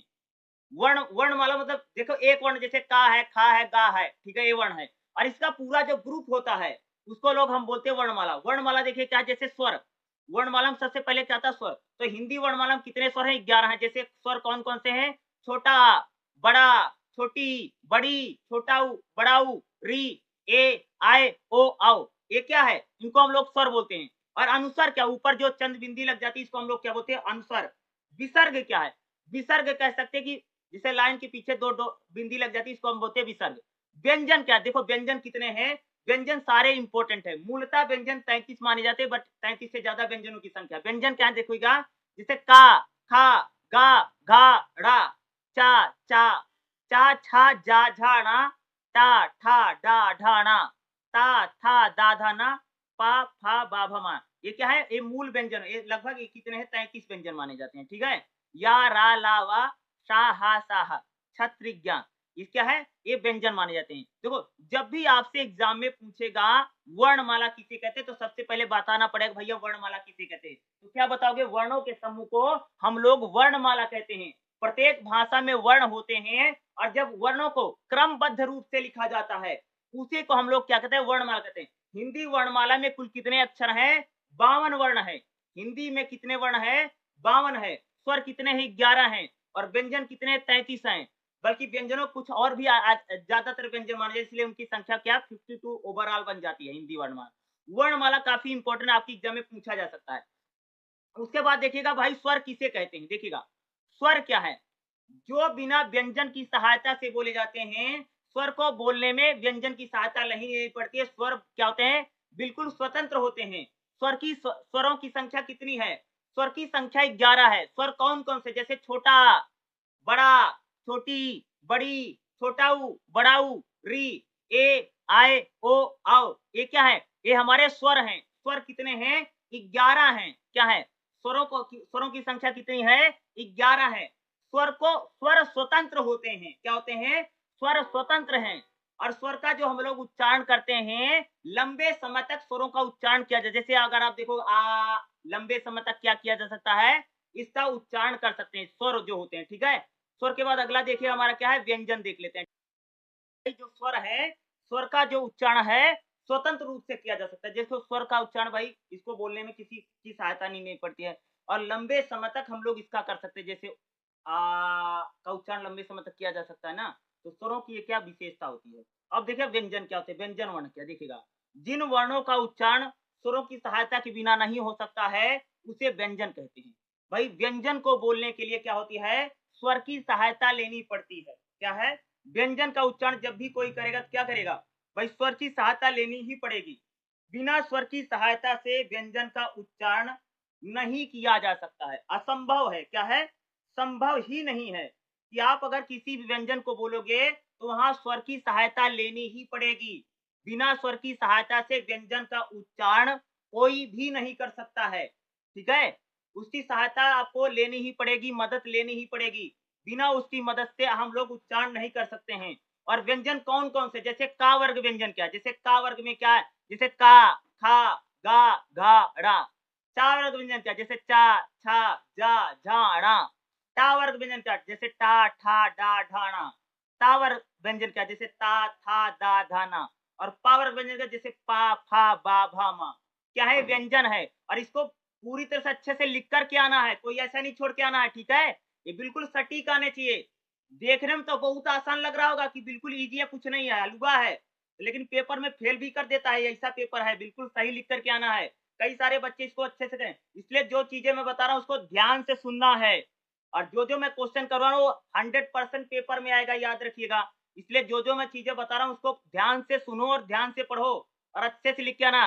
एग्ज़ाम में क्वेश्चन 10 नंबर का आता है, 10 नंबर के लिए 2 से ढाई पेज लिखना है, कोई भी ज़्यादा नहीं लिखेगा, ठीक है? और जो-जो इम्पोर्टेंट है वही चीज़ें मैं आपको यहाँ पर बता रहा हूँ, ठीक है? इसलिए वर्ण आ सकते हैं, वर्णमाला पूछी जा सकती है, स्वर और व्यंजन पूछे जा सकते हैं, ठीक है? याद रखिएगा। अब देखिएगा, स्वर और व्यंजन का उच्चारण स्थान क्या-क्या होता है? जैसे हम लोगों ने स्वर की बात की और व्यंजन की बात की, तो इनका उच्चारण कहाँ से किया जाता है? यानी मान लीजिए जब मैं किसी स्वर का उच्चारण करता हूँ, तो जो व्यंजन स्वर है, व्यंजन है, वो मेरे मुख में से, मुँह में से कहाँ से बोले जा रहे हैं? तो देखिएगा जैसे कंठ से, कंठ मतलब यानी जो हमारा गले के नीचे होता है इसको हम बोलते हैं भैया कंठ। कंठ से कौन-कौन से स्वर वर्ण बोले जाते हैं? जैसे आ, बड़ा, का, खा, गा, घा, ड़ा, हा। ये कहाँ से बोले जाते हैं? हमारे कंठ से बोले जाते हैं। इनका स्वर एवं व्यंजन का उच्चारण स्थान कहाँ है? कंठ से है, जो-जो बताया। तालु से कौन-कौन से बोले जाते हैं? देखिएगा, ई, छोटी, बड़ी, चा, छा, जा, झा, ड़ा, या, सा। ये कहाँ से बोले जाते हैं? तालु से बोले जाते हैं। मूर्धा से देखिएगा, री, टा, ठा, डा, ढा, सा। ओष्ठ से यानी होंठ से कौन-कौन से बोले जाते हैं? जैसे छोटा ऊ, बड़ा ऊ, पा, फा, बा, भा, मा। कंठ तालु से यानी कंठ से और तालु दोनों से बोले, जैसे ए, ऐ। होंठ और कंठ और होंठ से कौन-कौन से बोले जाते हैं? ओ और औ, ठीक है? दंत होंठ से यानी दाँत और होंठ से दोनों बोला जाएगा। जैसे फा हर वा है। मसूड़ा से कौन से बोला जाता है? मसूड़े जो होते हैं, जैसे सा, जा, रा, ला, ठीक है? जिह्वा से क्या? हा। नासिका जैसे अंग की बिंदी जो होती है, अंग क्या है? ये नासिका यानी भैया नाक से बोले जाते हैं। तो एक बहुत इंपॉर्टेंट है, स्वर और व्यंजन के उच्चारण स्थान कहाँ से हैं? स्वर और व्यंजनों को कहाँ से बोला जाता है? ये भी काफ़ी इम्पोर्टेंट है, इसको भी 10 नंबर में क्वेश्चन आ सकता है, क्योंकि इस पेपर में 10 और 5 नंबर के क्वेश्चन आएँगे। ध्यान रखिएगा, मात्र 2 घंटे का पेपर है और 50 नंबर का पेपर रहेगा, ठीक है? 18 नंबर वाला इसमें पास रहेगा। जो-जो मैं बता रहा हूँ दूसरे चैप्टर में उसको पढ़ कर के जाना क्या है, आपके लिए बहुत ज़्यादा ज़रूरी है। इतना ही कर लिए, दूसरे चैप्टर में इतना ही इम्पोर्टेंट है। इसी के साथ हम लोगों का दूसरा चैप्टर भी क्या है, समाप्त हो गया। चलिए हम लोग अगला चैप्टर देख लेते हैं, जो हमारा तीसरा चैप्टर रहने वाला है। रहेगा क्या रहेगा? स्वर के प्रकार। क्या है? स्वर के कौन-कौन से प्रकार होते हैं? तीसरा चैप्टर काफ़ी इम्पोर्टेंट देखिएगा, जैसे इसमें स्वर के प्रकार, ये काफ़ी इम्पोर्टेंट है, एग्ज़ाम में पूछा जा सकता है। और दूसरा इसमें हम लोग देखेंगे मूल स्वर को होते हैं, ठीक है? कौन-कौन से स्वर के प्रकार, जैसे हर्ष स्वर है, दीर्घ स्वर है, संयुक्त स्वर होता है। जैसे मूल स्वर क्या है? मूल स्वर में जैसे द्विस्वर है, अनुनासिकता क्या है, आघात क्या है, इस प्रकार के क्वेश्चन एग्ज़ाम में ज़्यादातर पूछे जाएँगे। और तीसरे चैप्टर से जो-जो इम्पोर्टेंट है हम लोग उन्हीं को देखेंगे, क्योंकि ये आपके एग्ज़ाम में पूछा जा सकता है और ज़्यादा से ज़्यादा क्वेश्चन आ भी सकते हैं। तो चलिए देखिएगा, स्वरों की हम लोग बात है। देखिएगा स्वर के प्रकार, ठीक है?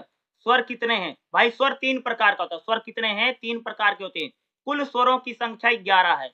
कुल स्वर कितने हैं? 11 हैं। देखिएगा, जैसा आप सभी जानते हैं कि हिंदी में कुल 11 स्वर हैं। कितने हैं? हिंदी में कुल 11 स्वर हैं। उच्चारण में लगने वाले समय के आधार पर। भाई किसी स्वर को बोलने में कितना समय लग रहा है, इसी आधार पे 3 प्रकार के स्वर बनाए गए हैं। देखो, अगर मैं किसी स्वर को बोलता हूँ, तो स्वर को बोलने में कितना समय लग रहा है, यानी कितना टाइम लग रहा है, इसी के आधार पे क्या होता है कि हम लोग बात करते हैं, ठीक है? क्या करते हैं कि बोलने में कितना समय लग रहा है, कितना टाइम जा रहा है, उसी को हम लोग क्या कहते हैं? स्वर कहते हैं, ठीक है? देखिएगा, जैसे हर्ष स्वर है, दीर्घ स्वर है और संयुक्त स्वर है।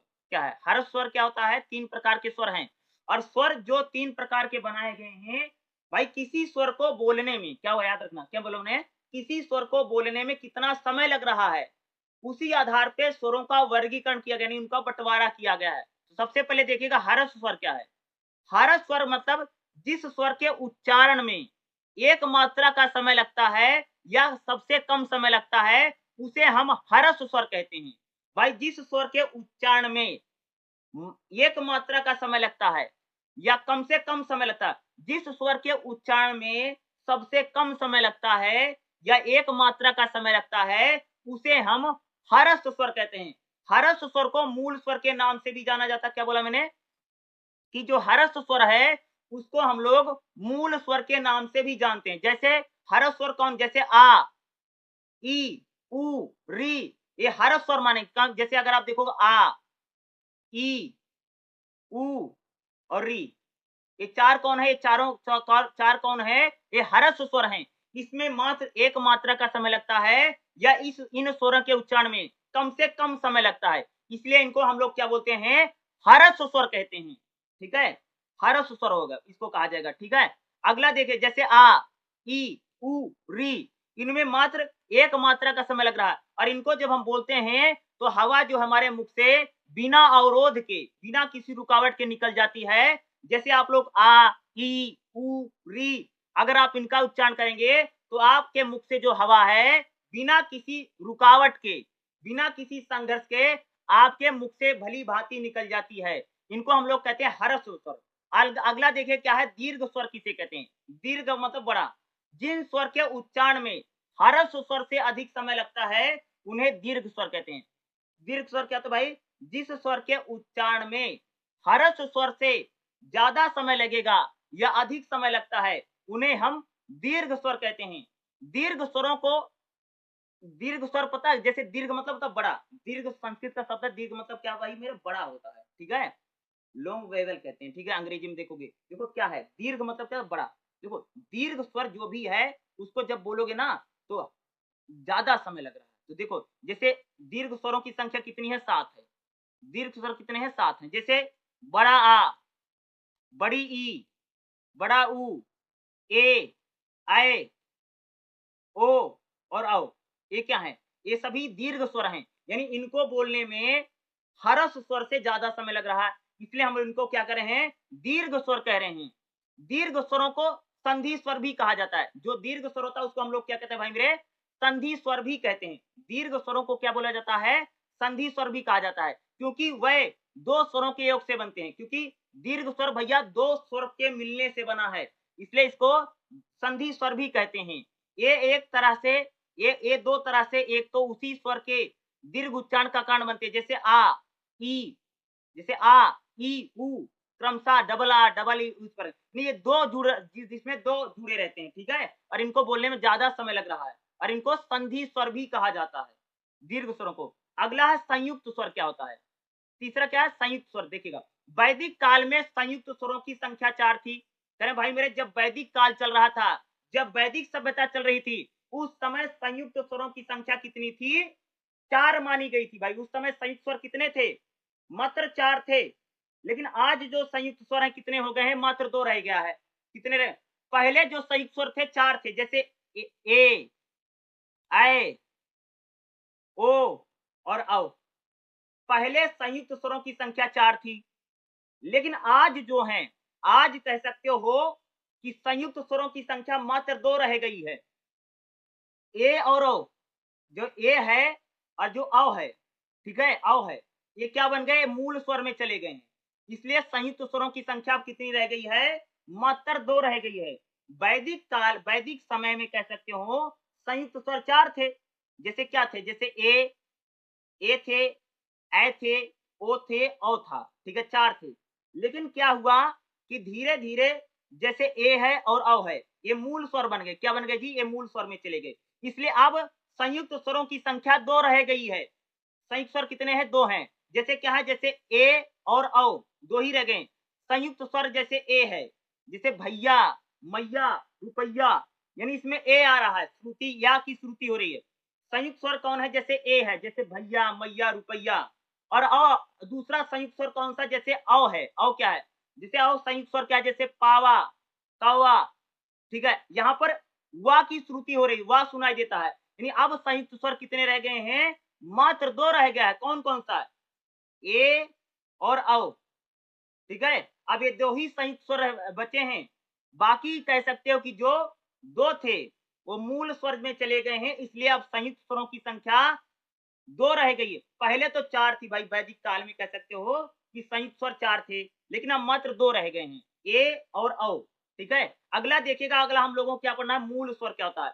भाई मूल स्वर होते हैं कि ऐसे स्वर जो किसी बिना मदद के चलते हैं। देखो, जब कोई भी व्यंजन किसी स्वर के साथ आता है, तब पूरा स्वर नहीं लिखा जाता है, केवल स्वर की मात्रा लिखी जाती है, ठीक है। यानी जब कोई स्वर किसी व्यंजन के साथ आता है तो पूरा स्वर नहीं लिखा जाता, उसकी मात्रा लिखी जाती है। जैसे आ की ये मात्रा है, बड़ा आ की ये मात्रा है, ठीक है।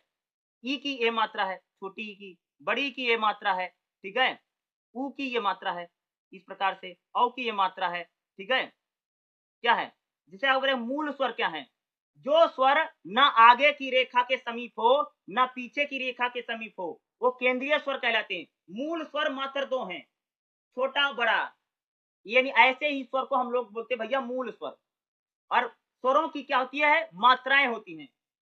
हिंदी में स्वर में प्रथम 6 स्वर हैं, जिनकी मात्रा इस प्रकार है। कौन कौन से, छोटे ई की मात्रा, बड़े ई की मात्रा, छोटी की मात्रा, बड़ी की मात्रा, ड की मात्रा, उ की मात्रा, क्या है, ये इनकी मात्रा है। ये क्या है, मूल स्वर। और ये 5 नंबर में आपसे पूछा जा सकता भाई मेरे मूल स्वर, क्या पूछा, ये 5 नंबर में आपका आ सकता, मूल स्वर आपसे पूछा जा सकता है, ठीक है। चलिएगा हम लोग अगला देख लेते हैं, जो हमारा नेक्स्ट रहेगा। जो बता रहा हूं उसको करके जाना है। द्विस्वर क्या है, देखो नीचे दिए गए 4 स्वरों को द्विस्वर कहा जाता है। यानी द्विस्वर मतलब यानी जिसमें 2 स्वर मिलके बने, जैसे ऐ है, यानी छोटा आ और ई मिलके ऐ बनता है। औ है, जैसे ऐ है, ए और ऐ मिलके क्या बना है, ऐ बना। औ है, छोटा आ और छोटा ऊ मिलके औ बना, ए बना। औ क्या है, ए और औ मिलके औ बना। यानी ये क्या है, द्विस्वर हैं, इसमें दो स्वर मिलके बन रहे हैं, ठीक है। इसलिए इनको हम लोग क्या बोलते हैं, द्विस्वर बोलते हैं। ए, ऐ, ओ, औ क्या है, इनको द्विस्वर बोला जाए। इनकी मात्रा है, जैसे ए की मात्रा, औ की मात्रा, ए की मात्रा और औ की मात्रा, ठीक है, ये होती है। अब देखिएगा ये एक इंपॉर्टेंट है, अनुनासिकता क्या है, ये आपके एग्जाम में पूछा जा सकता है, खास तौर से 5 नंबर में क्वेश्चन में पूछेगा। अनुनासिकता क्या, देखिएगा स्वरों के उच्चारण में अनुनासिकता की स्थिति मानी जाती है। यानी जब हम लोग स्वर का उच्चारण करते हैं तो उसमें अनुनासिकता की क्या है, स्थिति मानी जाती है। इनके उच्चारण में जिह्वा मध्य में लटकती रहती है, जिसमें वायु का अंश नाक से भी निकलता है। यानी अनुनासिकता क्या है, एक प्रकार से कि अनुनासिकता का जब हम लोग उच्चारण करते हैं तो हमारा जो जीभ है, ठीक है, जीभ के नीचे का जो पार्ट है लटकता रहता है और हवा नाक से निकलती रहती है। जैसे क्या, अंग, आ, यानी ऊपर जो बिंदी लगे, ऐसी ध्वनियों को हम लोग क्या अनुनासिकता बोलते हैं। जैसे अल्प अनुनासिकता क्या है, जैसे राम में आ की मात्रा क्या है, आ की मात्रा क्या, अल्प अनुनासिकता क्या है। पूर्ण अनुनासिक क्या है, यानी जैसे ऊपर जैसे आंसू है, ठीक है, ऊपर जो बिंदी लग जाती है ना, चंद्र बिंदी, इसको बोलते हैं, ठीक है, ये अनुनासिकता। आघात क्या है, आघात भी आपसे पूछा जा सकता है, खास तौर से 5 नंबर में ऐसे क्वेश्चन आते हैं। जब स्वर का उच्चारण बल या जोर से किया जाता है, इसको बोलते हैं भैया आघात। जब मैं किसी स्वर का उच्चारण बोलने में अगर मैं बल का प्रयोग करता हूं या मैं फोर्सफुली किसी का उच्चारण करता हूं, उसी को हम लोग क्या बोलते हैं भैया, आघात बोला जाता है।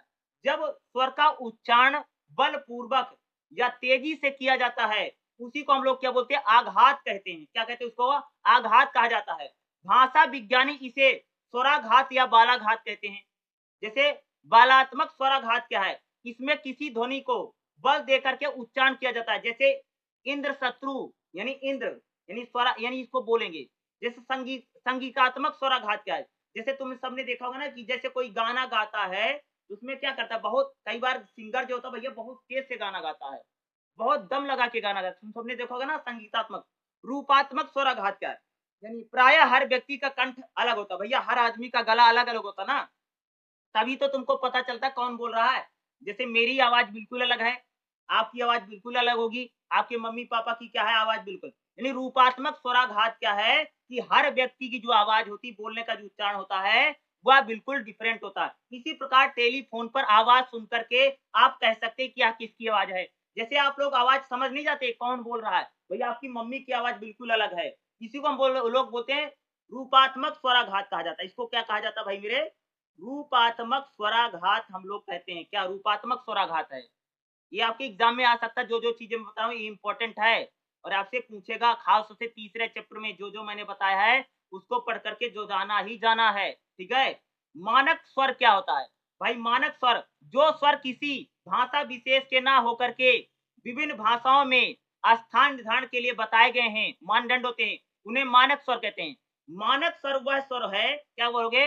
मानक स्वर वह स्वर होता है जो किसी भाषा विशेष का ना होकर के कहीं पर भी उसका प्रयोग हो सकता है। उसे हम लोग क्या कहते हैं? मानक स्वर कहा जाता है। क्या कहते हैं? ठीक है। उसे हम लोग क्या बोलेंगे भाई मेरे? मानक स्वर बोलेंगे। यानी एक प्रकार से उसका मानक है, यानी स्टैंडर्ड है। यानी ऐसा स्वर जो किसी भाषा विशेष का ना होकर के कहीं पर भी उसका प्रयोग किया जाता है। इन्हें मानक स्वर या आदर्श स्वर भी कहा जाता है। जिन स्वरों के समय जीव का स्थान सही अध्ययन के लिए किया, विभिन्न भाषा विज्ञानियों ने समय समय पर स्वर त्रिभुज और स्वर चतुर्भुज की अवधारणा की गई है। तो मानक स्वर क्या भैया? कहीं पर भी इसका क्या कर सकते हैं हम लोग? प्रयोग कर सकते हैं और कहीं पर भी क्या हो सकता है? इसका यूज किया जा सकता है। उसी का हम लोग क्या कहते हैं? मानक स्वर कहा जाता है। इसी के साथ हमारा जो तीसरा चैप्टर है लगभग समाप्त हो गया। चलिए हम लोग अगला चौथा चैप्टर देख लेते हैं। इसी प्रकार से मैं आप सभी को पूरी किताब पढ़ा दे रहा हूँ। जो इम्पोर्टेंट है, जो मैं बता रहा हूँ इन सभी को आपको पढ़ के जाना जरूरी है और आप सभी का एग्जाम आसानी से पास हो जाएगा। आपको किसी प्रकार की समस्या का सामना नहीं करना पड़ेगा। चलिए अगला चैप्टर देख लेते हैं। आज हमारा चैप्टर क्या रहेगा? चैप्टर नंबर 4 क्या है? व्यंजन के उच्चारण के प्रकार। जो हम लोग व्यंजन का उच्चारण करते हैं उसके प्रकार की बात करेगा। तो इसमें अगर आप देखेंगे जो इंपॉर्टेंट करेगा 4.3 उच्चारण स्थान के आधार पर व्यंजन के भेद। ये इंपॉर्टेंट हो सकता है जो कि आपके एग्जाम में आ सकता है। और दूसरा जो क्वेश्चन मोस्ट इंपोर्टेंट बने गया है नासिका ध्वनिया। ये दोनों क्वेश्चन आपके 10 नंबर में आपको देखने को मिल सकता है। नासिका ध्वनि आ सकती है या उच्चारण स्थान के आधार पर व्यंजन के भेद क्या है। ये दोनों क्वेश्चन मोस्ट इंपोर्टेंट है। इसमें से कह सकता हूँ एक क्वेश्चन आपको एग्जाम में देखने को मिलेगा ही मिलेगा। इस बात जरूर याद रखिएगा। देखिएगा उच्चारण स्थान के आधार पर व्यंजन के भेद। देखिए उच्चारण स्थान की चर्चा क्रम से हम कर चुके हैं। वर्णों के उच्चारण के लिए वायु को रोक करके उसमें कई प्रकार के देखो जब हम लोग किसी वर्ण को बोलते हैं जैसे का, खा, गा, घा, चा, छा, छोटा, बड़ा, तो भाई हम जब किसी वर्ण का उच्चारण करते हैं, जैसे मैंने का बोला, खा बोला, गा बोला, कुछ भी बोला हूं, तो मेरे मुख से जो हवा निकल रही है, जो हवा निकले उसको विकृत करके हम लोग क्या कर सकते हैं? उसका कई प्रकार से कार्य कर सकते हैं। वायु को रुख में, यानी जो हवा मुख से निकलती है वायु को मुख में रोक करके उसे किसी अन्य प्रकार से विकृत करके इस प्रक्रिया को प्रयत्न कहा जाता है। इन प्रयत्नों के अनुसार व्यंजन के भेद कई आधार पर दिखाई देते हैं जिन्हें निम्नलिखित में जब हम लोग व्यंजन का उच्चारण करते हैं तब जो हमारे मुख से हवा निकल रही है, तो हवा क्या है उसको हम भाई जैसे हमने मुख बंद कर लिया या हमने हवा को रोक दिया, उसको एक प्रकार से व्यंजन के जो उच्चारण के स्थान के क्या है, कौन कौन से भेद हैं। तो सबसे पहले देखिएगा जब हम किसी व्यंजन का उच्चारण करते हैं तो श्वास की मात्रा के आधार पर यह कार्य किया जाता है। देखो जब मैं किसी व्यंजन को बोलता हूं, जैसे मैंने भाई व्यंजन बोला, जैसे मैंने बोला का, खा, चा, छा, जा, तो जब मैं किसी व्यंजन को बोलता हूं और उसमें जो मात्रा है इसी के आधार पर क्या उसमें भेद किया जाता है। और तीसरा क्या है कि जो जब मैं किसी व्यंजन को बोलता हूं तो हमारा जो स्वर का तंत्र है, स्वर जो है उसका जो कंपन होता है उसके आधार पर किया जाता है और प्रकृति के आधार पर किया जाता है, जो भेद किया जाता है। जैसे अगर आप व्यंजन की बात करोगे, जैसे स्पर्शी व्यंजन क्या है? क्या कौन सा व्यंजन भैया? स्पर्शी व्यंजन का। देखिएगा जिन व्यंजन के उच्चारण के समय कोई उच्चारण अव्यय यानी जीवा आदि किसी उच्चारण स्थान को स्पर्श करते हुए क्षण बल के लिए मुख्य विकार में वायु मार्ग को अवरोध करती है, इसे देखो जब मैं किसी व्यंजन का उच्चारण करता हूं तो मेरे मुख से जो हवा है वह जो हवा है क्या करती है, मेरे जो मुंह है, मुंह के ऊपर जो जीभ है, जीभ के ऊपर के पार्ट को अगर टच करती है उसको टच हल्का सा करती है, उसको हम लोग क्या बोलते हैं? स्पर्शी व्यंजन बोलते हैं। क्या भाई मेरे जब मैंने किसी व्यंजन का उच्चारण किया और मेरे मुंह में जो जीभ है जीभ जो है क्या है, हल्का सा ऊपर के पार्ट को टच करेगी और जो वायु है वह अवरोध होकर के निकल जाती है, उसको हम यानी टच करेगी, हल्का सा स्पर्श करती है, निकल जाती है, उसे हम स्पर्शी व्यंजन कहते हैं। स्पर्शी व्यंजन कौन-कौन से, जैसे का, खा, गा, घा, टा, ठा, डा, धा, ता, था, दा, धा, पा, फा, बा, भा। ठीक है, ये क्या है? ये सारे स्पर्शी व्यंजन हैं। अगला संघर्षी व्यंजन क्या होता है, देखिएगा। कुछ व्यंजन के उच्चारण के समय अव्यय यानी उच्चारण के स्थान को स्पर्श कर सकने की स्थिति में ऊपर नहीं उठता है, पर दोनों एक दूसरे के इतने निकट आ जाते हैं कि बीच से हवा निकल जाती है। देखो, मान लीजिए भाई मेरे कि मैंने एक व्यंजन को बोला, ठीक है? तो व्यंजन को जब मैंने बोला तो जीभ जो है वह ऊपर हल्की सी उठ रही है, ठीक है? लेकिन क्या है, हवा एक प्रकार से ऊपर के पार्ट को और जीभ को, उनकी जीभ में से संघर्ष करके बड़ी मुश्किल से जब निकलती है, ऐसे व्यंजनों को हम लोग क्या बोलते हैं, संघर्षी व्यंजन कहते हैं। जैसे सा, हा, सा, वा, ये कौन से व्यंजन माने गए, इनको हम लोग क्या बोलते हैं, संघर्षी व्यंजन कहा जाता है। संघर्षी व्यंजन क्या है, जैसे मान लीजिए आपने किसी व्यंजन को बोला और आपके मुंह से जो हवा है, जीभ और ऊपर का जो पार्ट है तालू, उसके दोनों के बीच से बड़ी मुश्किल से जब निकलती है, उसे हम लोग क्या बोलते हैं, संघर्षी व्यंजन कहते हैं। जैसे सा, हा, सा, वा जो है, ये क्या है, इनको हम लोग क्या बोले हैं, संघर्षी व्यंजन।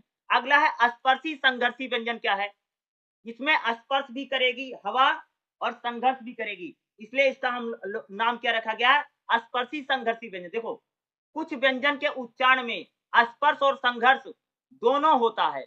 जैसे मान लीजिए मैंने किसी व्यंजन को बोला तो हवा स्पर्श भी कर रही है और हल्का सा संघर्ष कर रही है, यानी हवा मेरे मुख से निकलने में ऊपर के पार्ट को हल्का सा टच कर रही है और हवा जब बाहर निकल रही है तो हल्का सा संघर्ष हो रहा है, यानी बड़ी मुश्किल से निकल रही है। तो इस प्रकार के व्यंजनों को हम लोग क्या बोलते हैं, स्पर्शी संघर्षी व्यंजन कहा जाता है।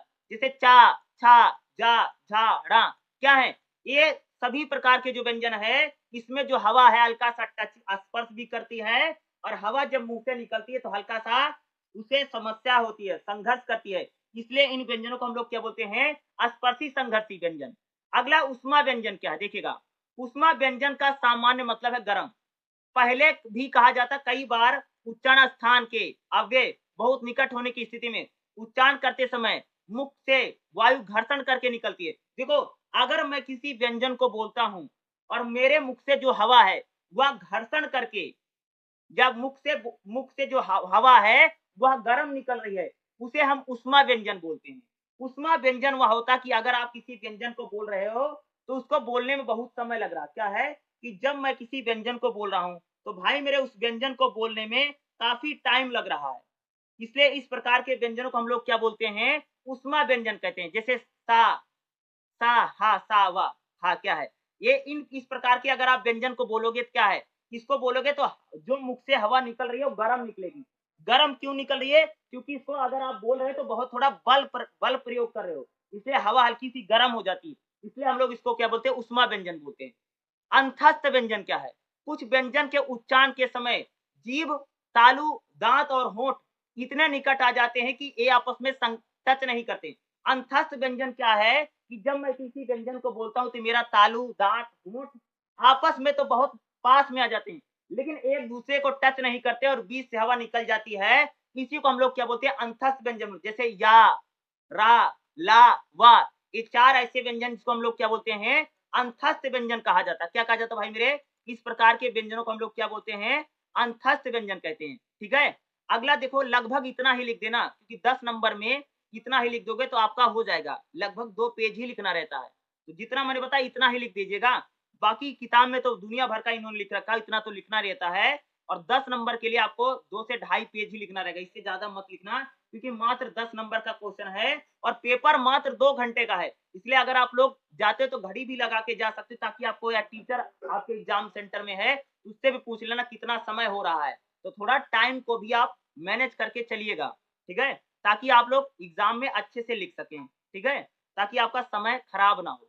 अगला देखिए क्या, नासिका ध्वनियां क्या है, क्या है अगला हमारा, क्या भाई, नासिका ध्वनि। देखिएगा, स्वर यंत्र को पार करने के बाद जो हवा है 2 जगह से निकलती है। देखो, अगर हम किसी स्वर का उच्चारण करते हैं।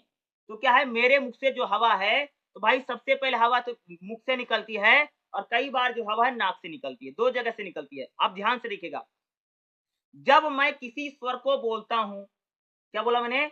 जब मैं किसी स्वर को बोलता हूँ, तो मेरे मुख से जो हवा है पूरी तरह से मेरे मुख से निकलती है, तो इसे हम लोग मौखिक ध्वनि कहते हैं।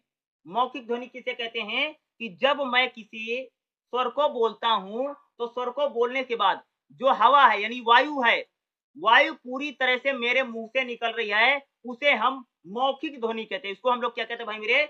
मौखिक ध्वनि कहते हैं। अब अगला देखिएगा, यदि मैं किसी स्वर को बोलता हूँ, यदि मैं किसी स्वर को बोलता हूँ, तो जो हवा है, वह मेरे मुख से और नाक से दोनों से निकल रही है, उसे हम लोग क्या बोलते हैं? मौखिक नासिका ध्वनि। देखिए क्या क्या मैंने बोला कि जब मैं किसी स्वर को बोलता हूँ, तो मेरे मुँह से जो हवा है, वह नाक से भी निकल रही है और मुँह से भी निकल रही है। तो हम लोग इसको क्या बोलेंगे? मौखिक नासिका ध्वनि। क्या बोलते हैं? मौखिक नासिका ध्वनि कहा जाता है। कि भाई मेरे मैंने क्या बोला कि जब मैं किसी स्वर को बोल रहा हूँ, तो हवा क्या है? मुँह से भी निकल जा रही है, नाक से भी निकल जा रही है, तो इसे हम लोग क्या बोलते हैं? मौखिक नासिका ध्वनि कहा जाता है। आगे देखिएगा, यदि मैं किसी स्वर को बोलता हूँ, तो मेरे मुँह से जो हवा है, वह पूरी हवा जो है नाक से ही निकल रही है। तब हम इसे क्या बोलते हैं? क्या क्या कहा जाएगा? इसे नासिका ध्वनि कहा जाता है। यदि मैं किसी स्वर का उच्चारण करता हूँ, तो जो हवा है, वह पूरी तरीके से क्या है? जो हवा है, वह पूरी तरीके से कह सकते हो कि नाक से ही निकल रही है। 100% हवा नाक से निकल रही है, तब हम लोग उसे क्या बोलेंगे? नासिका ध्वनि कहा जाता है। क्या कहा जाता है? इस प्रकार की ध्वनि को हम लोग क्या बोलेंगे? नासिका ध्वनि कहा जाता है। अगला देखिएगा, अनुस्वर क्या होता है? देखिएगा अनुस्वर क्या है? स्वर का उच्चारण स्वतंत्र रूप से होता है। व्यंजन स्वर के सहारे बोले जाते हैं, इसलिए व्यंजन स्वर से पहले आते हैं। किंतु अनुस्वर जो है, उसकी स्थिति बहुत निराली है। ठीक है, अनुस्वर जो बहुत निराला है। जैसे अनुस्वर क्या है? यानी स्वर, देखो जैसे स्वर आएगा, फिर अनुस्वर आएगा, फिर व्यंजन आएगा। अनुस्वर का अर्थ है स्वर के पीछे आने वाले यानी जो ऐसा जो स्वर के पीछे आता है, उसे हम लोग क्या बोलते हैं? अनुस्वर बोलते हैं। क्या है? स्वर के पीछे पीछे जो लगता है, उसे हम लोग क्या कहते हैं भाई? अनुस्वर कहते हैं। अनुनासिकता क्या है? 5 नंबर में आपसे आ सकता है। अनुनासिक स्वर केवल एक है, जो ऊपर बिंदी लग, जैसे आंसू में अंक की बूंदी लग जाती ना, ये इसे अनुनासिकता बोलते हैं। जैसे आंख है, आंगन है, अंगूठा है, आंवला है, आंसू है, तो ऊपर जो ये बिंदी लग जा रही है, जैसे मैंने लिखा आंसू, ठीक है? क्या लिखा है यहाँ देखो, देखिएगा, मैंने लिखा आंसू, ठीक है? तो ऊपर जो मैंने ऐसे चाँद की बिंदी लगा दी, इसी को क्या बोलते हैं भैया? अनुनासिकता कहा जाता है। क्या बोला जाता है? इसी को हम लोग क्या बोलते हैं? अनुनासिकता कहा जाता है। तो ये आपके लिए बड़ा इम्पोर्टेंट है और चौथे चैप्टर में जो-जो मैंने बताया है, वो आपको पढ़ के जाना बहुत ज़्यादा ज़रूरी है, क्योंकि चौथे चैप्टर से आपको एग्ज़ाम में क्वेश्चन देखने को मिलेगा ही मिलेगा। चलिएगा, हम लोग अब चौथा चैप्टर हमारा समाप्त हो गया है। अगला हमारा 5वां चैप्टर रहेगा। चलिए हम लोग 5वें चैप्टर को भी क्या कर लेते हैं? देख लेते हैं उसमें कौन-कौन से इम्पोर्टेंट है। हमारा चैप्टर क्या है? चैप्टर नंबर 5 देखिए क्या है? वर्ण का उच्चारण स्थान, यानी जो वर्ण है, उनका जो हम लोग उच्चारण करते हैं, उनका कहाँ-कहाँ से स्थान है। जैसे वर्ण की परिभाषा, जैसे स्वर वर्णों की विशेषता क्या है और व्यंजन वर्णों की विशेषता क्या है? ये इम्पोर्टेंट हो सकता है, यानी 5.2 जो है, ये आपके एग्ज़ाम में आ सकता है कि भैया स्वर वर्णों की विशेषता बताओ और जो व्यंजन वर्ण है, उनकी क्या-क्या विशेषता होती है। ठीक है? इस टाइप के क्वेश्चन आपके 5वें चैप्टर से एग्ज़ाम में पूछा जा सकता है। तो देखिएगा, चलिए हम लोग इसको देख लेते हैं। वर्ण की परिभाषा देखो, सबसे पहले वर्ण क्या है? वर्ण मनुष्य की वाग इंद्रियों द्वारा अव्यक्त ध्वनि की सबसे छोटी इकाई है। वर्ण क्या कह सकते हैं? यानी वर्ण से छोटा कुछ हो नहीं सकता भाई मेरे, ठीक है? और उसको तोड़ा भी नहीं जा सकता है, ठीक है? वर्ण जैसे जैसे आ, ई, उ, ए, आई, ओ, औ क्या है? ये सारे हमारे वर्ण ही तो हैं, ठीक है? मनुष्य के द्वारा बोली गई सबसे छोटी ध्वनि क्या होती है? वर्ण होती है। देखो, इसकी परिभाषा देखो कैसे बताई गई, वर्ण की पर देखो, यह सबसे छोटी इकाई है। वर्ण क्या होता है? सबसे छोटी इकाई क्या होती है? वर्ण होते हैं। दूसरा देखिएगा, अतः इन्हें खंडित नहीं किया जा सकता है। यानी वर्ण को हम लोग क्या भाई? खंडित नहीं कर सकते, यानी तोड़ नहीं सकते हैं और इनको तोड़ा नहीं जा सकता है और इनका खंडित नहीं, इन्हें इसको तोड़ यानी इसको अलग-अलग नहीं कर सकते आप, ठीक है? यह भाषा में अर्थ देता है, यानी वर्ण क्या है? भाषा में अर्थ देता है, होता है। अगर 2 वर्ण है, जैसे एक वर्ण है आ और एक वर्ण है मा, और आ और मा मिलके क्या बन गया? आम। यानी वर्ण क्या है? अर्थ देते हैं। यानी वर्णों का कोई ना कोई क्या होता है? मतलब होता है भाई। बिना मतलब का कोई वर्ण नहीं होता है, ठीक है? वर्ण क्या करते हैं? भाषा में अर्थ देने का काम करता है, यानी उसका क्या बताता है? अर्थ भेदन का काम करता है। इसका यानी वर्णों को हम लोग किस में प्रयोग करते हैं? लिखने के लिए। वर्णों का प्रयोग कहाँ पर होता है? लिखने में होता है। कि जब आपको लिखना होगा तो वहां पर वर्णों का प्रयोग, जैसे आपको लिखना पहले लिखोगे आ और फिर लिखो मा। जैसे मान लो आपको लिखा कमलेश, रमेश, दिनेश, महेश, सुरेश, कुछ भी लिखना है तो वर्णों के जरिए ही तो लिखा जाएगा। वर्ण नहीं हुआ तो कैसे लिखोगे? इससे भाषा व्यवस्था थी, यानी वर्ण जो है इससे भाषा क्या होती? व्यवस्थित हो जाती है। क्या हो जाती है? इससे भाषा हमारी क्या हो जाती है? पूरी तरह से व्यवस्थित हो जाती है। और भाषा में व्यवस्था लाने का काम कौन करता है? वर्ण करते हैं। देखिएगा, वर्णों के समूह को वर्णमाला कहते हैं। और हिंदी वर्णमाला में कुल 52 वर्ण है। कितने वर्ण है? हिंदी वर्णमाला में कितने वर्ण होते हैं? कुल 52 वर्ण है। इन्हीं वर्णों के दो भाग हैं, जैसे स्वर और व्यंजन क्या होते हैं? इन्हीं वर्णों के कौन कौन से भाग हैं? दो भाग होते हैं। एक होता है स्वर और दूसरा होता है व्यंजन। जैसे स्वर क्या है भाई? स्वरों की संख्या 11 है। जैसे आ, बड़ा, छोटी, बड़ी, छोटा ऊ, बड़ा ऊ, री, ए, आई, ओ, औ, अंगा। क्या है? क्या है? ये हो गए। ये व्यंजन क्या? जैसे का, खा, गा, घा, ड़ा, चा, छा, जा, झाना, टा, ठा, डा, ढाना, ठीक है? ता, था, दा, धाना, पा, फा, बा, भा, मा, ठीक है?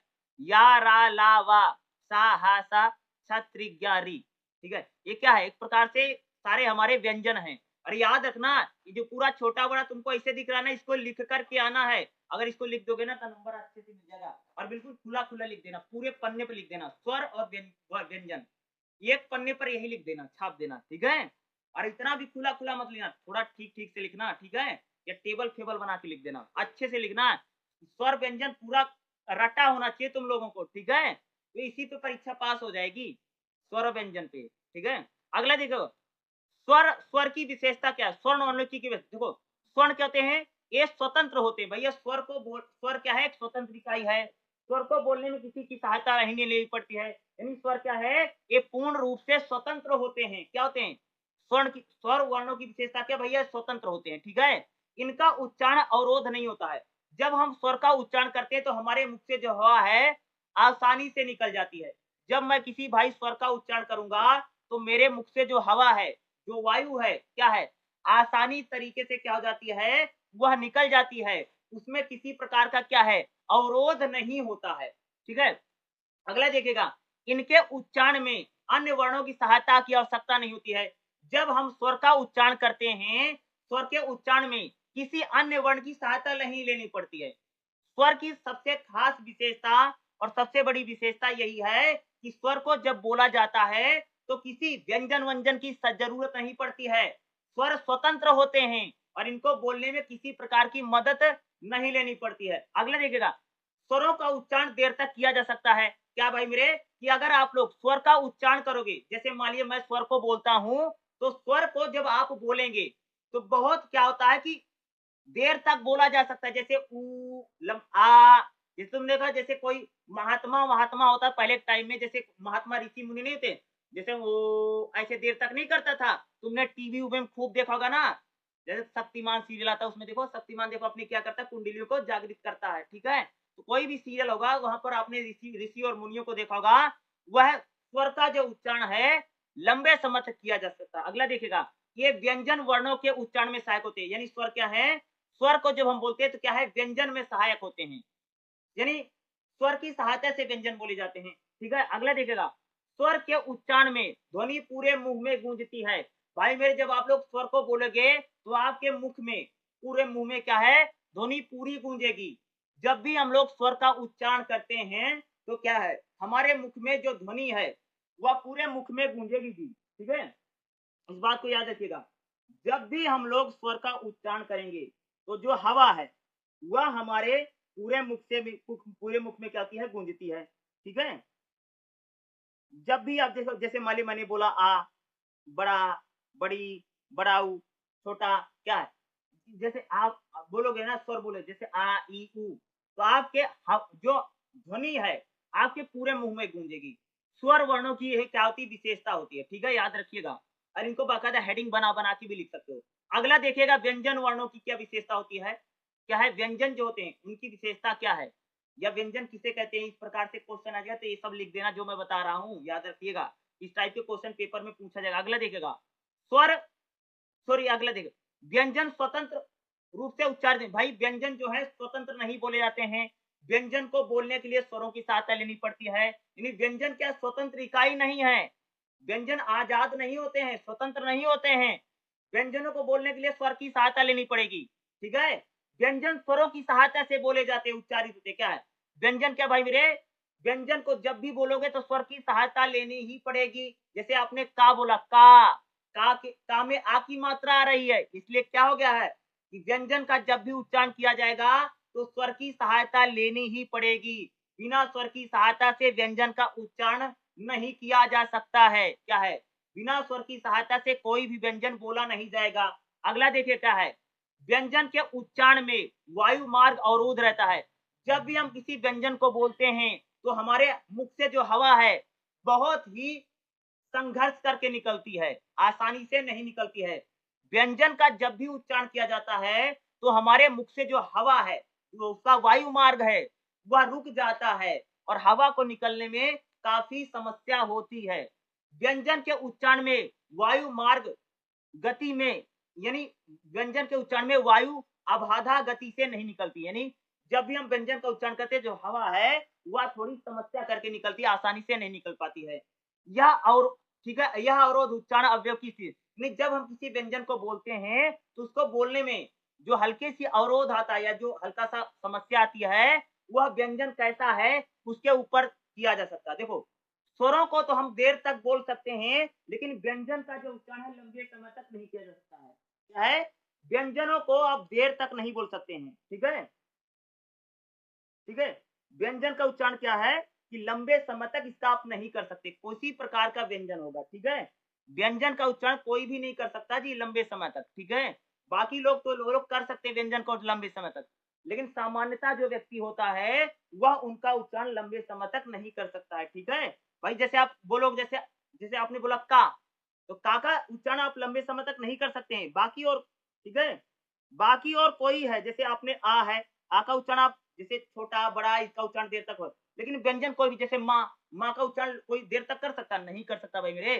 तो जो व्यंजन है उनका उच्चारण देर तक नहीं किया जा सकता, क्या देर तक हम नहीं कर सकते हैं, ठीक है। अगला देखेगा, व्यंजन का उच्चारण किसी स्थान विशेष से होता है।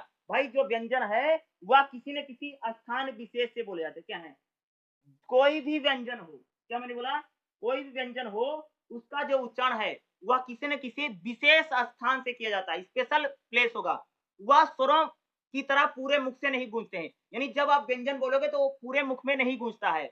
व्यंजन का एक कोई न कोई फिक्स स्थान होता है। मूलतः व्यंजनों की संख्या 33 मानी गई।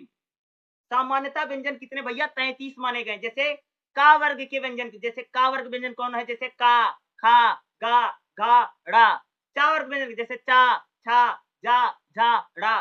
टा वर्ग व्यंजन जैसे टा, ठा, डा, ढा, ड़ा। ता वर्ग व्यंजन जैसे ता, था, दा, धा, ना। पा वर्ग व्यंजन जैसे पा, फा, बा, भा, मा। ये 25 हो गए ना, या, रा, ला, वा प्लस 4 हो गए, और सा, हा, सा, हा क्या 4, यानी टोटल कितने हो गए, 33 हो गए। मूल जो व्यंजन है, यानी सामान्यता जो व्यंजन कितने माने गए हैं, 33 माने गए हैं, और स्वर कितने माने गए जी, 11 माने गए हैं। कितने, स्वर 11 माने गए। तो इस प्रकार से क्वेश्चन है, देखो जब हम व्यंजन को बोलेंगे, भाई मेरे जब भी आप व्यंजन को बोलोगे तो आपके मुख से जो हवा निकल रही है, ये डायग्राम बड़ा इंपॉर्टेंट, इससे आप लोग आसानी से समझ सकते हो। कभी हवा कंठ से निकल रही, कभी हवा नाक से निकल रही, कभी हवा जीभ को टच कर रही है, तो जब भी आप बोलोगे, ये जो यहाँ पर डायग्राम बना रखा है बहुत इंपॉर्टेंट है, क्या है, ये बहुत इंपॉर्टेंट फोटो बना रखी है, बहुत इंपॉर्टेंट डायग्राम है। आप इससे समझ सकते हैं कि अगर मैं किसी व्यंजन को बोलता तो कंठ कहाँ है, क्या है भाई मेरे, कंठ कहाँ पर है, ताकि आप इसको समझ सकें कि कंठ कहाँ है, जिससे आसानी से आप उसको बोलते हैं, ठीक है। यहाँ आप इसको देख सकते हैं, ठीक है, ये इंपॉर्टेंट हो सकता है, इसको एक बार आप लोग जरूर देख लीजिएगा, कौन कहाँ से बोला जाता है। ये पांचवें में जो जो मैंने बताया वो इंपॉर्टेंट है, उसी को आपको पढ़ के चले जाइएगा, उतना ही आपका इंपॉर्टेंट है। जो जो मैं चीजें बता रहा हूँ उतना ही अगर आप लोग पढ़ के चले जाएंगे तो आपका एग्जाम आसानी से हो जाएगा। तो 5 चैप्टर हो गया है। अब चलिए हम लोग अपना 6वां चैप्टर देख लेते हैं। अब 4 चैप्टर और बचा, उनको भी कर लेते हैं। अगला जो हमारा चैप्टर रहेगा, चैप्टर नंबर 7 रहेगा, क्या है, हिंदी की वाक्य रचना, क्योंकि ये आप हमारे लिए इंपॉर्टेंट हो सकता है, जो कि आपके एग्जाम में पूछा जा सकता है, ठीक है। इसमें अगर 7वें चैप्टर की अगर मैं बात करूं तो 7वें चैप्टर में अगर हम लोग बात करेंगे तो इसमें 7.7 वाक्य के भेद रचना के आधार पर, अरे 5 नंबर में भी आ सकता है और 10 नंबर में आ सकता है, क्योंकि 5 नंबर वाला आता ही आपको पता ही है ना। तो उसमें जैसे पूछ सकता है कि वाक्य के भेद बताओ किसके आधार पर, रचना के आधार पर, ठीक है। जैसे सरल वाक्य क्या है, संयुक्त वाक्य क्या है और मिश्र वाक्य क्या है, ये आपके आ सकते हैं और पूछा जा सकता है वाक्य में। और ये 5 नंबर में या 10 नंबर में दोनों आ सकता है। 5 नंबर में तो ज्यादा से ज्यादा चांसेस रहेगा कि ये पूछेगा ही कि वाक्य के भेद बताइए, ठीक है। वाक्य को लेकर के पूछता ही पूछता है, ठीक है। तो चलिए हम लोग इसको देख लेते हैं, और जो जो मैं क्वेश्चन बता रहा हूं उनको देख करके जाना है। साथ में मैंने प्रीवियस ईयर की जो क्वेश्चन पेपर उसको भी मैंने सोल्व करवा रखा है, आप लोग उसको भी जाकर के चैनल पर वीडियो जरूर देख सकते हैं, ठीक है। तो देखिए भाई 7.7 में क्या है, वाक्य के भेद किसके आधार पर, रचना के आधार पर बताना है। देखो जैसे सरल वाक्य, संयुक्त वाक्य और मिश्र वाक्य, यानी रचना के आधार पर 3 प्रकार का वाक्य होता है। क्या भाई, रचना के आधार पर 3 प्रकार के वाक्य होते हैं। तो जैसे इसको लिखोगे ना, क्वेश्चन लिखोगे तो जैसे लिखना, रचना के आधार पर वाक्य के भेद, ठीक है। और शुरू में ही डायग्राम बना दो। यहाँ पर डायग्राम कैसे बनाओगे, जिसे यहाँ पर लिखा वाक्य के भेद, मैं सिर्फ समझाने का तरीका, ऐसे सर्कल लगा दो, ऐसे एक डंडा किधर खींचो, एक इधर खींचो और एक इधर खींचो। तो यहाँ लिख दो सरल वाक्य, यहाँ लिख दो संयुक्त वाक्य और यहाँ लिख दो मिश्र वाक्य। तो ये डायग्राम वायग्राम भी बहुत बड़ा नहीं बनाना है, छोटा सा बनाना, बहुत छोटा भी, मीडियम में बनाना है, ठीक है। अब देखेगा सरल वाक्य क्या देखेगा, जिस वाक्य में एक उद्देश्य हो, एक विधेय हो, उसे सरल, यानी भाई मेरे सिंपल सा कहने के बाद सरल वाक्य उसे कहते हैं जिसमें मात्र एक बात कही जा रही है, कि जिसमें सिर्फ एक ही उद्देश्य है, उसी को हम लोग कहते सरल। जैसे मोहन सेब खाता है, गीता घर जाती है, रमेश पढ़ता है, राम रोता है, ये क्या है, ये सभी वाक्यों को हम लोग क्या बोलते हैं, सरल वाक्य बोलते हैं। सरल वाक्य या साधारण वाक्य हम उसे कहते हैं कि जिस वाक्य में मात्र एक उद्देश्य हो, यानी जिस वाक्य में मात्र एक ही बात कही गई हो, क्या है, जिसमें मात्र एक ही बात आ रही है, ठीक है, उसे हम लोग क्या बोलते हैं कि वो हमारा सरल वाक्य है। क्या है, उसे क्या जाता है, सरल वाक्य। जैसे मोहन सेब खाता है, शीला बाजार जाती है, राम पुस्तक पढ़ता है, ठीक है, मोहन जाता है, ये सब क्या है, सारे सरल वाक्य हैं। अगला देखिएगा संयुक्त वाक्य क्या होता है, संयुक्त और यौगिक। देखो संयुक्त मतलब दो होते हैं, जब दो चीजें जब मिल जाती है उसे हम लोग कहते हैं संयुक्त। देखिएगा जिस वाक्य में दो या दो से अधिक सरल या मिश्र वाक्य होते, क्या है कि जिस वाक्य में दो या दो से अधिक सरल या मिश्र वाक्य होते हैं उन्हें हम संयुक्त वाक्य कहते हैं। क्या है, ठीक, यहाँ पर कहने के बाद जिसमें दो बातें आ रही हैं, क्या, जिसमें दो बातों का जिक्र होता है उसी को हम लोग क्या कहते हैं, यहाँ पर सिंपल सा ये कहोगे भाई मेरे कि जिस वाक्य में दो बात, देखो अब जैसे अब सुनो एक उदाहरण देखिएगा।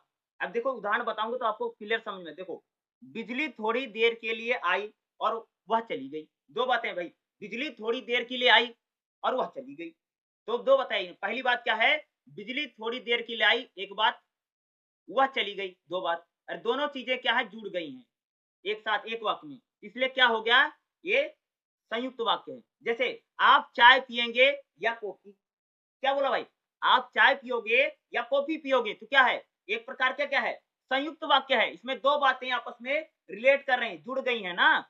जिसे अगला पूछा है, जल्दी चलिए अन्यथा देर हो जाएगी, जल्दी चलो नहीं तो लेट हो जाएगा, देर हो जाएगी, क्या है, जल्दी चलिए एक बात, नहीं तो देर हो जाएगी, बहुत देर हो जाएगी, क्या है, दो बातें आ गई ना। एक प्रकार से जैसे मैं आपके साथ चलता हूं, भैया मैं आपके साथ चलता लेकिन मेरी तबीयत बहुत खराब है, तो मैं आपके साथ चलता एक बात, मेरी तबीयत बहुत खराब है दूसरी बात, और दोनों को क्या आपस में हम लोग जोड़ दे रहे हैं, क्या बन गया, इसी इस प्रकार के वाक्य जो हमको लोग क्या बोलेंगे, संयुक्त वाक्य कहा जाता है। जैसे मुझे घर पर काम है इसलिए मैं स्कूल नहीं आऊंगा, क्या है, मुझे घर पर काम है एक वाक्य, इसलिए मैं विद्यालय नहीं आ पाऊंगा, क्या है, ये दूसरी बात हो गई। यानी दो बातें क्या कर रही हैं, आपस में जोड़ दी गई हैं, क्या है, दो बातें आपस में क्या है, जुड़ गई, इसलिए हम लोग क्या बोल रहे हैं कि भाई ये संयुक्त वाक्य है, ठीक है। चलिए अगला देखिएगा क्या है, मिश्र वाक्य क्या होता है।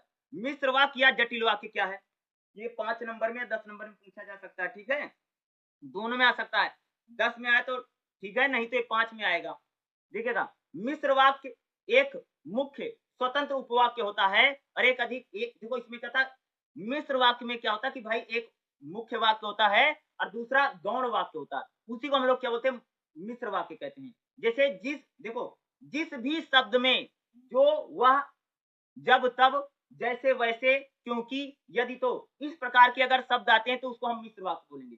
जिस भी वाक्य में जो वह जब तब जैसे वैसे क्योंकि यदि तो इस प्रकार के अगर शब्द आएंगे तो उसे हम लोग क्या बोलते हैं, मिश्र वाक्य कहा जाता है। खास तौर से इनको लिख ही लो तुम लोग। जो वह जब तब जैसे वैसे क्योंकि यदि तो इस प्रकार के शब्द अगर किसी वाक्य में आ रहे हैं उसी को हम क्या बोलेंगे, मिश्र वाक्य।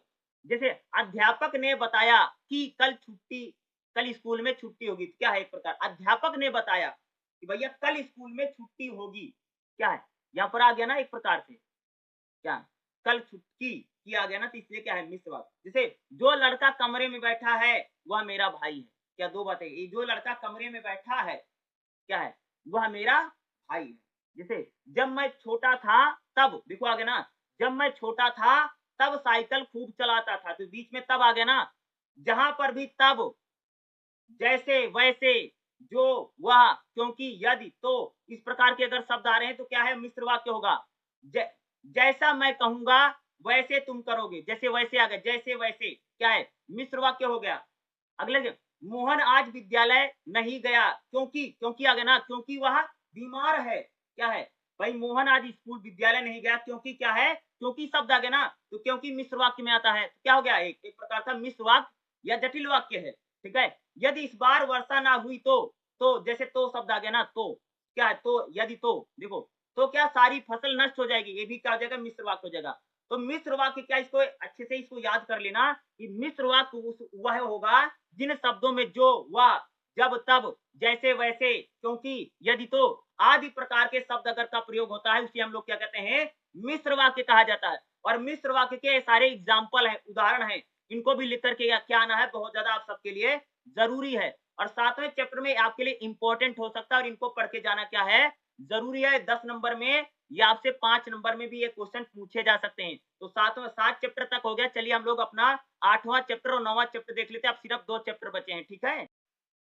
जो हमारा चैप्टर क्या रहेगा, चैप्टर नंबर 8 देखिए क्या है, संप्रेषण के विविध रूप, ठीक है। और इस चैप्टर से भी क्वेश्चन आपके एग्जाम में आएगा ही आएगा, जो कि 10 नंबर का पूछा जा सकता है। तो जैसे आपसे पूछेगा मौखिक संप्रेषण, लिखित संप्रेषण और आंगिक संप्रेषण, इन तीनों में से आपको कोई एक आपको एग्जाम में देखने को मिलेगा ही मिलेगा। तो मौखिक संप्रेषण क्या होता है कि जब हम लोग अपने मुख से यानी ध्वनियों के माध्यम से, चिन्हों के माध्यम, ध्वनियों के माध्यम से जब हम कोई बात को कहते हैं, वही हमारा क्या होता है भाई मेरे, मौखिक संप्रेषण होता है। जैसे मान लीजिए, जैसे रेडियो में मौखिक संप्रेषण होता है, मोबाइल में जो वॉइस कॉल होती है मौखिक संप्रेषण होता है, ठीक है। घर पर आमने सामने जब हम लोग बात करते हो वो क्या हमारा होता है, मौखिक संप्रेषण होता है, ठीक है। ये हमारा क्या है, मौखिक संप्रेषण का उदाहरण है, ठीक है। क्या है ये सारा मौखिक संप्रेषण का ही क्या है, इसको उदाहरण कहा जाएगा, ठीक है। मौखिक संप्रेषण एक प्रकार से कह सकते हो, देखो भाई कोई भी भाषा रही हो, हर भाषा का जब जन्म होता है ना, सबसे पहले उसका मौखिक संप्रेषण ही होता है, बाद में उसका लिखित संप्रेषण आता है। मौखिक संप्रेषण जो हम लोग नॉर्मली बात नहीं करते, घर है परिवार में मम्मी से, पापा से, आस पड़ोस में जो बात करते हैं, अपने टीचरों से जो बात करते हैं, वही हमारा क्या होता है, मौखिक संप्रेषण होता है, ठीक है। और मौखिक संप्रेषण ही व्यक्ति सबसे ज्यादा करता है। जब किसी एक बच्चे का जन्म होता है, सबसे पहले मौखिक संप्रेषण ही करता है। सबसे पहले घर में मम्मी पापा, दीदी, बुआ, ये सब बोलना वो कहाँ, घर में ही सीख लेता है। मौखिक संप्रेषण को सीखने के लिए हमें किसी स्कूल कॉलेज में जाने की जरूरत नहीं पड़ती है, बल्कि जो व्यक्ति होता है अपने घर परिवेश आस पड़ोस में ही सीख लेता मौखिक संप्रेषण, ठीक है। अगला देखिए लिखित संप्रेषण क्या है। लिखित संप्रेषण का मतलब यानी जब हम लोग लिख करके अपनी बात, संप्रेषण क्या, एक प्रकार से अपनी बात को कहना या दूसरे के सामने अपनी बात को बताना ही संप्रेषण। तो लिखित संप्रेषण क्या होता है, जब हम लोग लिख करके अपनी बात को किसी से कहते हैं, उसे हम लोग क्या कहते हैं, लिखित संप्रेषण कहा जाता है। जैसे आपकी जो बुक है लिखित संप्रेषण है, जो आप लोग व्हाट्सएप पर चैटिंग करते हो लिखित संप्रेषण है, भाई जो पहले चिट्ठी पत्री आती थी लिखित संप्रेषण है, ठीक है। जो हमारे रोड पर निकलते हो जो सारी होर्डिंग लगी हुई है, जो बैनर्स लगे हुए हैं, वो सारा क्या है, लिखित संप्रेषण है। लिखित संप्रेषण जो होता है उसको सीखने के लिए हमें स्कूल कॉलेज में जाना पड़ता है, उसके लिए हमें सीखना पड़ता है, ठीक है। और लिखित संप्रेषण के लिए लिपि का होना बहुत ज्यादा जरूरी है। कोई भी भाषा तभी लिखी जाएगी जब उसकी लिपि होगी, तो लिखित संप्रेषण के लिए लिपि का होना क्या है, बहुत ज्यादा जरूरी है। जिस प्रकार से हिंदी की लिपि क्या है, देवनागरी है। लिपि मतलब तो ये लिखना, जैसे हिंदी में हिंदी को लिखना भाई छोटा बड़ा छोटी बड़ी छोटा बड़ा ऊ, ठीक है, का खा गा गा ये सारे आपके होने चाहिए, वर्ण होने चाहिए, ठीक है। तो लिखित संप्रेषण के लिए क्या है, एक प्रकार से लिपि का होना बहुत ज्यादा जरूरी है। जब तक किसी भाषा की लिपि नहीं होगी तब तक उस भाषा को क्या है, लिखा नहीं जा सकता है। क्या है, क्या भाई, किसी भाषा को भी क्या आप लिख ही नहीं सकते हैं जब तक उसकी लिपि नहीं होगी। तो लिखित संप्रेषण क्या एक प्रकार से दूर दराज के इलाकों तक भेजा जाता है। भाई लिखित संप्रेषण इतना, आज हम लोग जो गीता रामायण वेद पुराण दुनिया भर की हम लोग जो किताबें पढ़ते हैं क्यों पढ़ पा रहे हैं भाई, इसको तो उसको लिख लिया गया था ना भाई। कहीं जो बातें मौखिक होती हैं जो मुंह से बोली जाती हैं वो लंबे समय तक नहीं सुरक्षित रहती हैं। लिखित संप्रेषण को लिख हम लोग क्या कर सकते हैं, इसको याद रखा जा सकता है लंबे समय तक ना, सहेज कर रख सकते हैं लिख करके, कोई बात ना।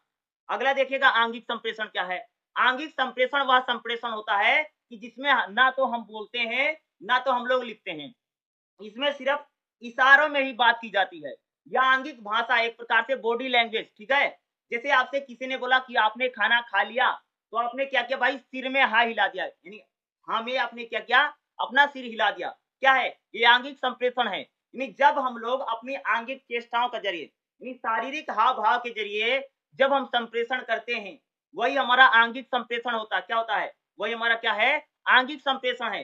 भाई बॉडी के जरिए, जैसे आपने किसी ने पूछा भाई कहीं कहीं जा रहे हो क्या, तो आपने सीधा सर में हाई हिला दिया।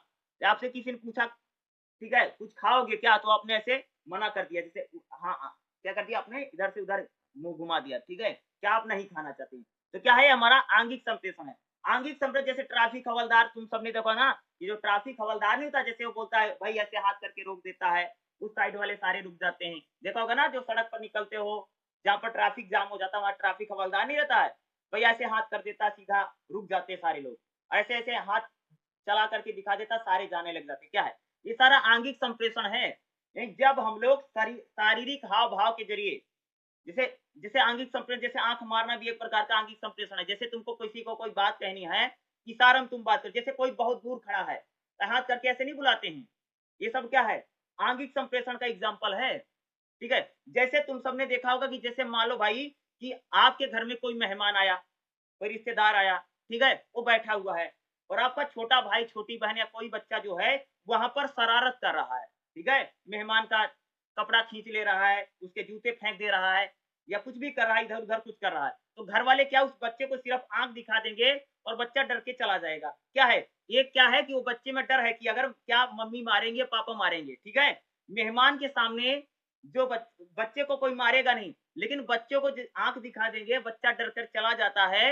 यह भी एक प्रकार का हमारा क्या है, आंगिक संप्रेषण है। यानी उस बच्चे में इतना डर है कि माँ बाप उसको सिर्फ एक बार आंख उठा के देख लें, बच्चा छोड़ के चला गया, इसलिए क्या माँ बाप ने एक प्रकार से उसको बात कह दी कि जब चले जाएंगे तेरे को मारूंगा बहुत मैं, ठीक है। वो इस बात को समझ गया और शरारत छोड़ करके वो चला जाता है, ठीक है।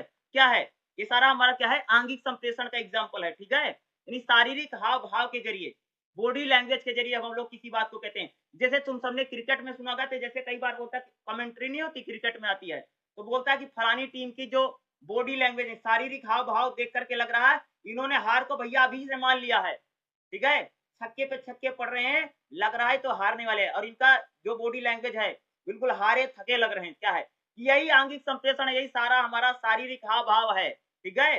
जैसे मान लो जैसे तुम्हारे घर में तुम्हारे पापा है, कई बार किसी को देख करके हमको पता चले भैया ये आदमी गुस्से में है, यह व्यक्ति हमसे नाराज है, कैसे पता चल जाता है, क्योंकि उसका शारीरिक हाव भाव के जरिए पता चल जाता ना। क्या है, यही हमारा आंगिक संप्रेषण होता है, ठीक है। ये तीनों आपके तीनों में से कुछ ना कुछ आपके पेपर में आएगा, इस बात को याद रखिएगा। और ये 5 नंबर में पूछा जा सकता है और ये 10 नंबर में भी आपके आ सकते हैं, इंपॉर्टेंट है, आएगा ही आएगा। चलिएगा आप अगला चैप्टर देख लेते हैं जो हमारा बिल्कुल लास्ट चैप्टर रहने वाला है। इसी के साथ हमारी किताब खत्म हो जाएगी और पूरी किताब मैं एक ही क्लास में आपको ये सारी चीजें मैं आप सबको पढ़ा रहा हूँ, ठीक है। और इसको अच्छे से देख कर जाओ, आपका एग्जाम 100% पास हो जाएगा। हमारा चैप्टर रहेगा क्या है, चैप्टर नंबर 9 रहेगा क्या है, संप्रेषण कौशल, ठीक है। इसमें से 5 नंबर या 10 नंबर का क्वेश्चन आ सकता है। संप्रेषण मतलब समझते हो, जब हम किसी से कोई बात करते हैं तो उसमें कौन कौन सा कौशल, जिसे हम लोग बोलते हैं भाई स्किल, ठीक है। और किताब अगर है तो किताब के सामने लिख लेना, क्योंकि इस जो शब्द है टर्म बड़ी मुश्किल होती है। देखो, संप्रेषण कौशल के प्रकार, क्या है, संप्रेषण जो कौशल होता है कितने प्रकार का, तो संप्रेषण कौशल 4 प्रकार का है। सबसे पहले लिख लो, बुक बुक है तो बुक के सामने अभी से लिख लो। श्रवण कौशल मतलब सुनने की कला, लिख लो, सुनने की कला। श्रवण कौशल यानी भैया सुनना भी क्या है, एक प्रकार की कला है, ठीक है। हर आदमी सुन नहीं सकता है, देखते नहीं कि अगर किसी को बात बताने का आदमी उठ करके भाग जाता है, ठीक है। और जो आदमी अच्छा सुनेगा वही अच्छा बोलने वाला वक्ता बनेगा। क्या बोला भाई, अगर मैं तुमको बात करूं, बताया जाता है कि जो बड़े बड़े नेता नहीं बनते हैं, ये लोग पहले बहुत सुनते हैं, अपने 20-25 साल की एज में लोगों, बड़े बड़े लोगों को सुनते हैं, तब जाकर के ऐसे बड़े बड़े भाषण देते हैं। तो सुनना भी क्या है, एक प्रकार की कला है। बुक में लिखेगा श्रवण कौशल, श्रवण कौशल मतलब क्या था, सुनने की कला। भाई सुनना भी क्या एक प्रकार की कला है। लिसनिंग स्किल क्या है, एक प्रकार की कला है। देखो अगर आपको कोई बातें बता रहा, कहीं पर कोई क्लास हो रही है, कई बार हम लोग लंबे समय तक किसी चीज को सुन नहीं सकते, क्योंकि हम लोगों में एक प्रकार का धैर्य नहीं है, हम लोग भाग खड़े होते हैं। तो सुनना भी क्या है, एक प्रकार की कला है। जैसे ऑडियो बुक नहीं आती आजकल, तो भाई ऑनलाइन हो गया तो ऑडियो बुक आती है, उसमें आप स्टोरी पढ़नी नहीं बल्कि लगा दो, ऑडियो बुक बोलती रहेगी। तो सुनना भी क्या है, एक प्रकार की कला है। हर कोई व्यक्ति नहीं सुन सकता है, और जो अच्छा सुनेगा आगे चल करके वही अच्छा बोलेगा। तो सुनना भी क्या है, एक प्रकार की कला होती है। जैसे कोई भाषण हो रहा है, कोई व्यक्ति प्रवचन दे रहा है, कोई व्यक्ति रैली में बोल रहा है, जैसे बाबा वाबा होते हैं, जैसे सत्संग होता है, जैसे गाने होते हैं, जैसे मंदिर में भजन वजन होता है, कीर्तन होता है। तो सुनना भी क्या है, एक प्रकार की कला है। अगला देखिएगा, अभिव्यक्ति कौशल यानी बनाम वक्ता कौशल, यानी क्या है, बोलने की कला इसको बोलते हैं। लिख लो इसे सामने, बोलने, भाई बोलना तो सबसे बड़ी कला मानी जाती है, ठीक है। स्पीकिंग स्किल क्या है, एक प्रकार का बोलना तो बड़ी कला मानी जाती है। भाई हरियाणा में तो बोलते हैं कि भाई जिस आदमी को बोलना आता है उसके तो कुछ भी बिक जाएगा, वो तो कुछ भी बेच देगा। अब तुम लोग देख रहे हो ना कि जिस प्रकार से हमारे देश के प्रधानमंत्री हैं, उनको देखो बोलने की कला उनको कितनी ज्यादा है, ठीक है। क्या है, बोलने का क्या उनमें एक प्रकार का गुण है, इस बात को तो पूरा देश मानता है ना, क्या बोलने की कला है। इसी प्रकार से बहुत सारे नेताओं में क्या होती है, बोलने की कला होती है, जैसे लालू यादव, दुनिया भर के नाम है ना। क्या है, आदमी में क्या है, बोलने की कला है, कि वो जनता को बांध लेता है, चाहे भी अनपढ़ हो चाहे पढ़ा लिखा हो। क्या है, एक प्रकार से जनता में क्या उसकी इतनी ज्यादा पकड़ होती नेताओं की। बोलना भी क्या एक प्रकार की कला होती है ना। कई सारे नेताओं को देखा होगा, उनको वो जनता उनको सुनती नहीं है, या टीवी बंद कर देती है, या रैली में उठ करके भाग जाती है। तो बोलना क्या है, एक बहुत बड़ी कला है, ठीक है। बोलना आदमी लोग सीखने जाते, भाई मेरे बोलना क्या है, कि आप बोलना क्या सीखते हैं, कैसे बोलना है, क्योंकि बोलने के लिए हमें हमारे विचारों पर, शब्दों पर कंट्रोल है, नहीं तो गुस्से में तो कुछ भी बोल दोगे ना। जैसे आप बताओ कि अगर कोई आदमी बोल रहा तो भाई नाराज हो, गुस्से में कुछ भी बोल देगा, क्योंकि हमें अपनी जुबान पर, अपनी चीजों पर क्या कंट्रोल रखना पड़ता है। तो बोलना भी क्या एक प्रकार की कला है। तो बुक में जैसे पूछ रहे व्यक्ति कौशल क्या, तो समझ जाना बोलने की कला बोल रहा है, इसलिए इसके सामने लिख लो। क्या है, बोलना क्या है, एक प्रकार की कला मानी जाती है, ठीक है भाई। बोलना बहुत बड़ी कला है, कह सकते हो। अगला देखिएगा, वाचन कौशल। वाचन मतलब होता पढ़ना। पढ़ना भी क्या है, बहुत बड़ी कला है। अब एक आप तुम सबको पता ही होगा, तुम सब लोग अपनी किताब खोलते होगे ना, इग्नू की जो किताब मिलती है, तुम लोग खोलते होगे और 2 लाइन 4 लाइन 1-2 पन्ना पढ़ते हो और बंद करके रख देते हो। क्या है, क्योंकि पढ़ना भी क्या एक बहुत बड़ी कला है, क्योंकि हर कोई व्यक्ति किताब नहीं पढ़ता है, और जो व्यक्ति पढ़ता है भाई डेली किताब पढ़ता है। तो पढ़ना क्या है, बहुत बड़ी कला है। क्या है, पढ़ना क्या है, कला है, स्किल है। तुम सबने सुना होगा कि भाई फलाने थे, वो रोज पढ़ते थे, कोई किताब पढ़ेगा, अखबार पढ़ेगा, न्यूज़पेपर पढ़ेगा। कई सारे लोगों को पढ़ने की इतनी कला है कि न्यूज़पेपर बाथरूम में लग जाकर घुस रहे हैं। मैं ऐसे ऐसे लोगों को जानता हूँ कि बाथरूम में जाकर के न्यूज़पेपर पढ़ते हैं सुबह के टाइम, ठीक है। ऐसे ऐसे लोग हैं, यानी यानी पढ़ना क्या एक प्रकार की कला है। तो जैसे नहीं पढ़ना, किताब पढ़ना, चीजों को पढ़ना, अगर किसी को पढ़ने की कला होगी तो ऐसा नहीं आपको जैसे मान लो आप लोग पढ़ रहे हो, अभी एग्जाम दे रहे हो, अगर आपको पढ़ने की कला होगी तो न्यूज़पेपर पढ़ लिया, कोई किताब पढ़ ली, कोई मैगजीन पढ़ ली, भाई कोई उपन्यास उपन्यास पढ़ लिया। तो पढ़ना भी क्या है, बहुत बड़ी कला मानी जाती है, ठीक है। वाचन कौशल मतलब पढ़ने की कला, और इसको भी डालनी पड़ती, आदत बन जाएगी जब आप ना, आप लोग भी लंबे लंबे समय तक क्या पढ़ने लग जाओगे, ठीक है। क्या है, पढ़ना भी क्या है, बहुत बड़ी कला मानी जाती है। आपके एग्जाम में पूछ सकता है, 5 नंबर में आ सकता है और 10 नंबर में आ सकता है, जाता था इसमें 5 या 10 नंबर का पूछेगा, ठीक है। अगला क्या, लेखन कौशल, भाई लिखने की कला, लिख लो इस सामने। क्या है, राइटिंग स्किल जिसे हम लोग बोलते हैं इंग्लिश में, ठीक है। लिखना भी क्या एक प्रकार की कला है, लेखन कौशल यानी लिखने की कला। लिखना भी क्या है, बहुत बड़ी कला मानी जाती है, हर कोई व्यक्ति लिख नहीं सकता है। इतने बड़े बड़े लेखक होते, बड़े बड़े कवि होते, वो लोग लिखते हैं ना, जैसे रामधारी सिंह दिनकर, सुभद्रा कुमारी चौहान, मैथिली शरण गुप्त, ठीक है, ठीक है। सूर्यकांत त्रिपाठी निराला, जयशंकर प्रसाद, महादेवी वर्मा क्या है, सब लोग क्या है, लेखक हैं। तो लिखना भी क्या है, बहुत बड़ी कला है। देखो आप लोगों का पेपर होगा, वहां पर भी क्या आप लोगों को लिखना है। वहां पेपर देने जाओगे, देखोगे कोई 3 घंटे का पेपर 1.5 घंटे में करके भाग गया, कोई 2 घंटे में करके भाग गया, और कोई कोई 3 घंटे बैठा रहता है और पूरा 3 घंटे पेपर लिखता, तब बच्चा जाता है। ठीक है, तो लिखना भी क्या बहुत बड़ी कला मानिए। अरे लिखने पर ही तो सारे नंबर आप लोगों को मिलेंगे। एक बात हो, आप लोगों को 50 नंबर का पेपर है, ठीक है भाई, 50 नंबर में आपके 18 नंबर पासिंग मार्क है, आपके 20 आए, 22 आए, 24 आए, 30 आए, 35 आए, 40 आए, 45 आए, 50 आ जाए, तो ये किसके बलबूते आएगा? लिखने की कला जिसकी जितनी ज्यादा बेहतर होगी, जितनी अच्छी होगी, उतने अच्छे मार्क्स आपके एग्जाम में आएंगे ही आएंगे। तो लिखना भी क्या है, बहुत बड़ी कला मानी जाती है। ठीक है, लेखन कौशल क्या है, लिखने की कला। ठीक है, इसको भी सीखना पड़ता है। लिखना मतलब वो नहीं कि सुंदर सुंदर लिखना, सुलेख लिखना, उसकी बात नहीं है। लिखना लिखने की कला है, जैसे कविता कहानी लिखने की कला। जैसे एग्जाम की में होता है, लिखने की कला में भी धैर्य होना चाहिए। नहीं, कुछ लोग लिख नहीं सकते, हाथ दर्द करने लगेगा। इसलिए तो मैं आप सबको बोलता हूँ कि डेली 2-4 पन्ने लिखा करो, ताकि आपकी आदत बनी रहे, हैबिट बनी रहे।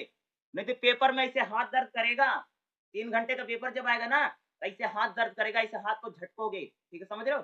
फिर दर्द करता, भाई मेरा करता था एक समय जब हम लोग पेपर देते थे, इसलिए मैं बता रहा हूँ कि आप लोग इसको फॉलो कीजिए। ठीक है, लिखना भी सीखे, डेली 2-4 पेज लिखिए, ताकि आपकी हैबिट बन जाए।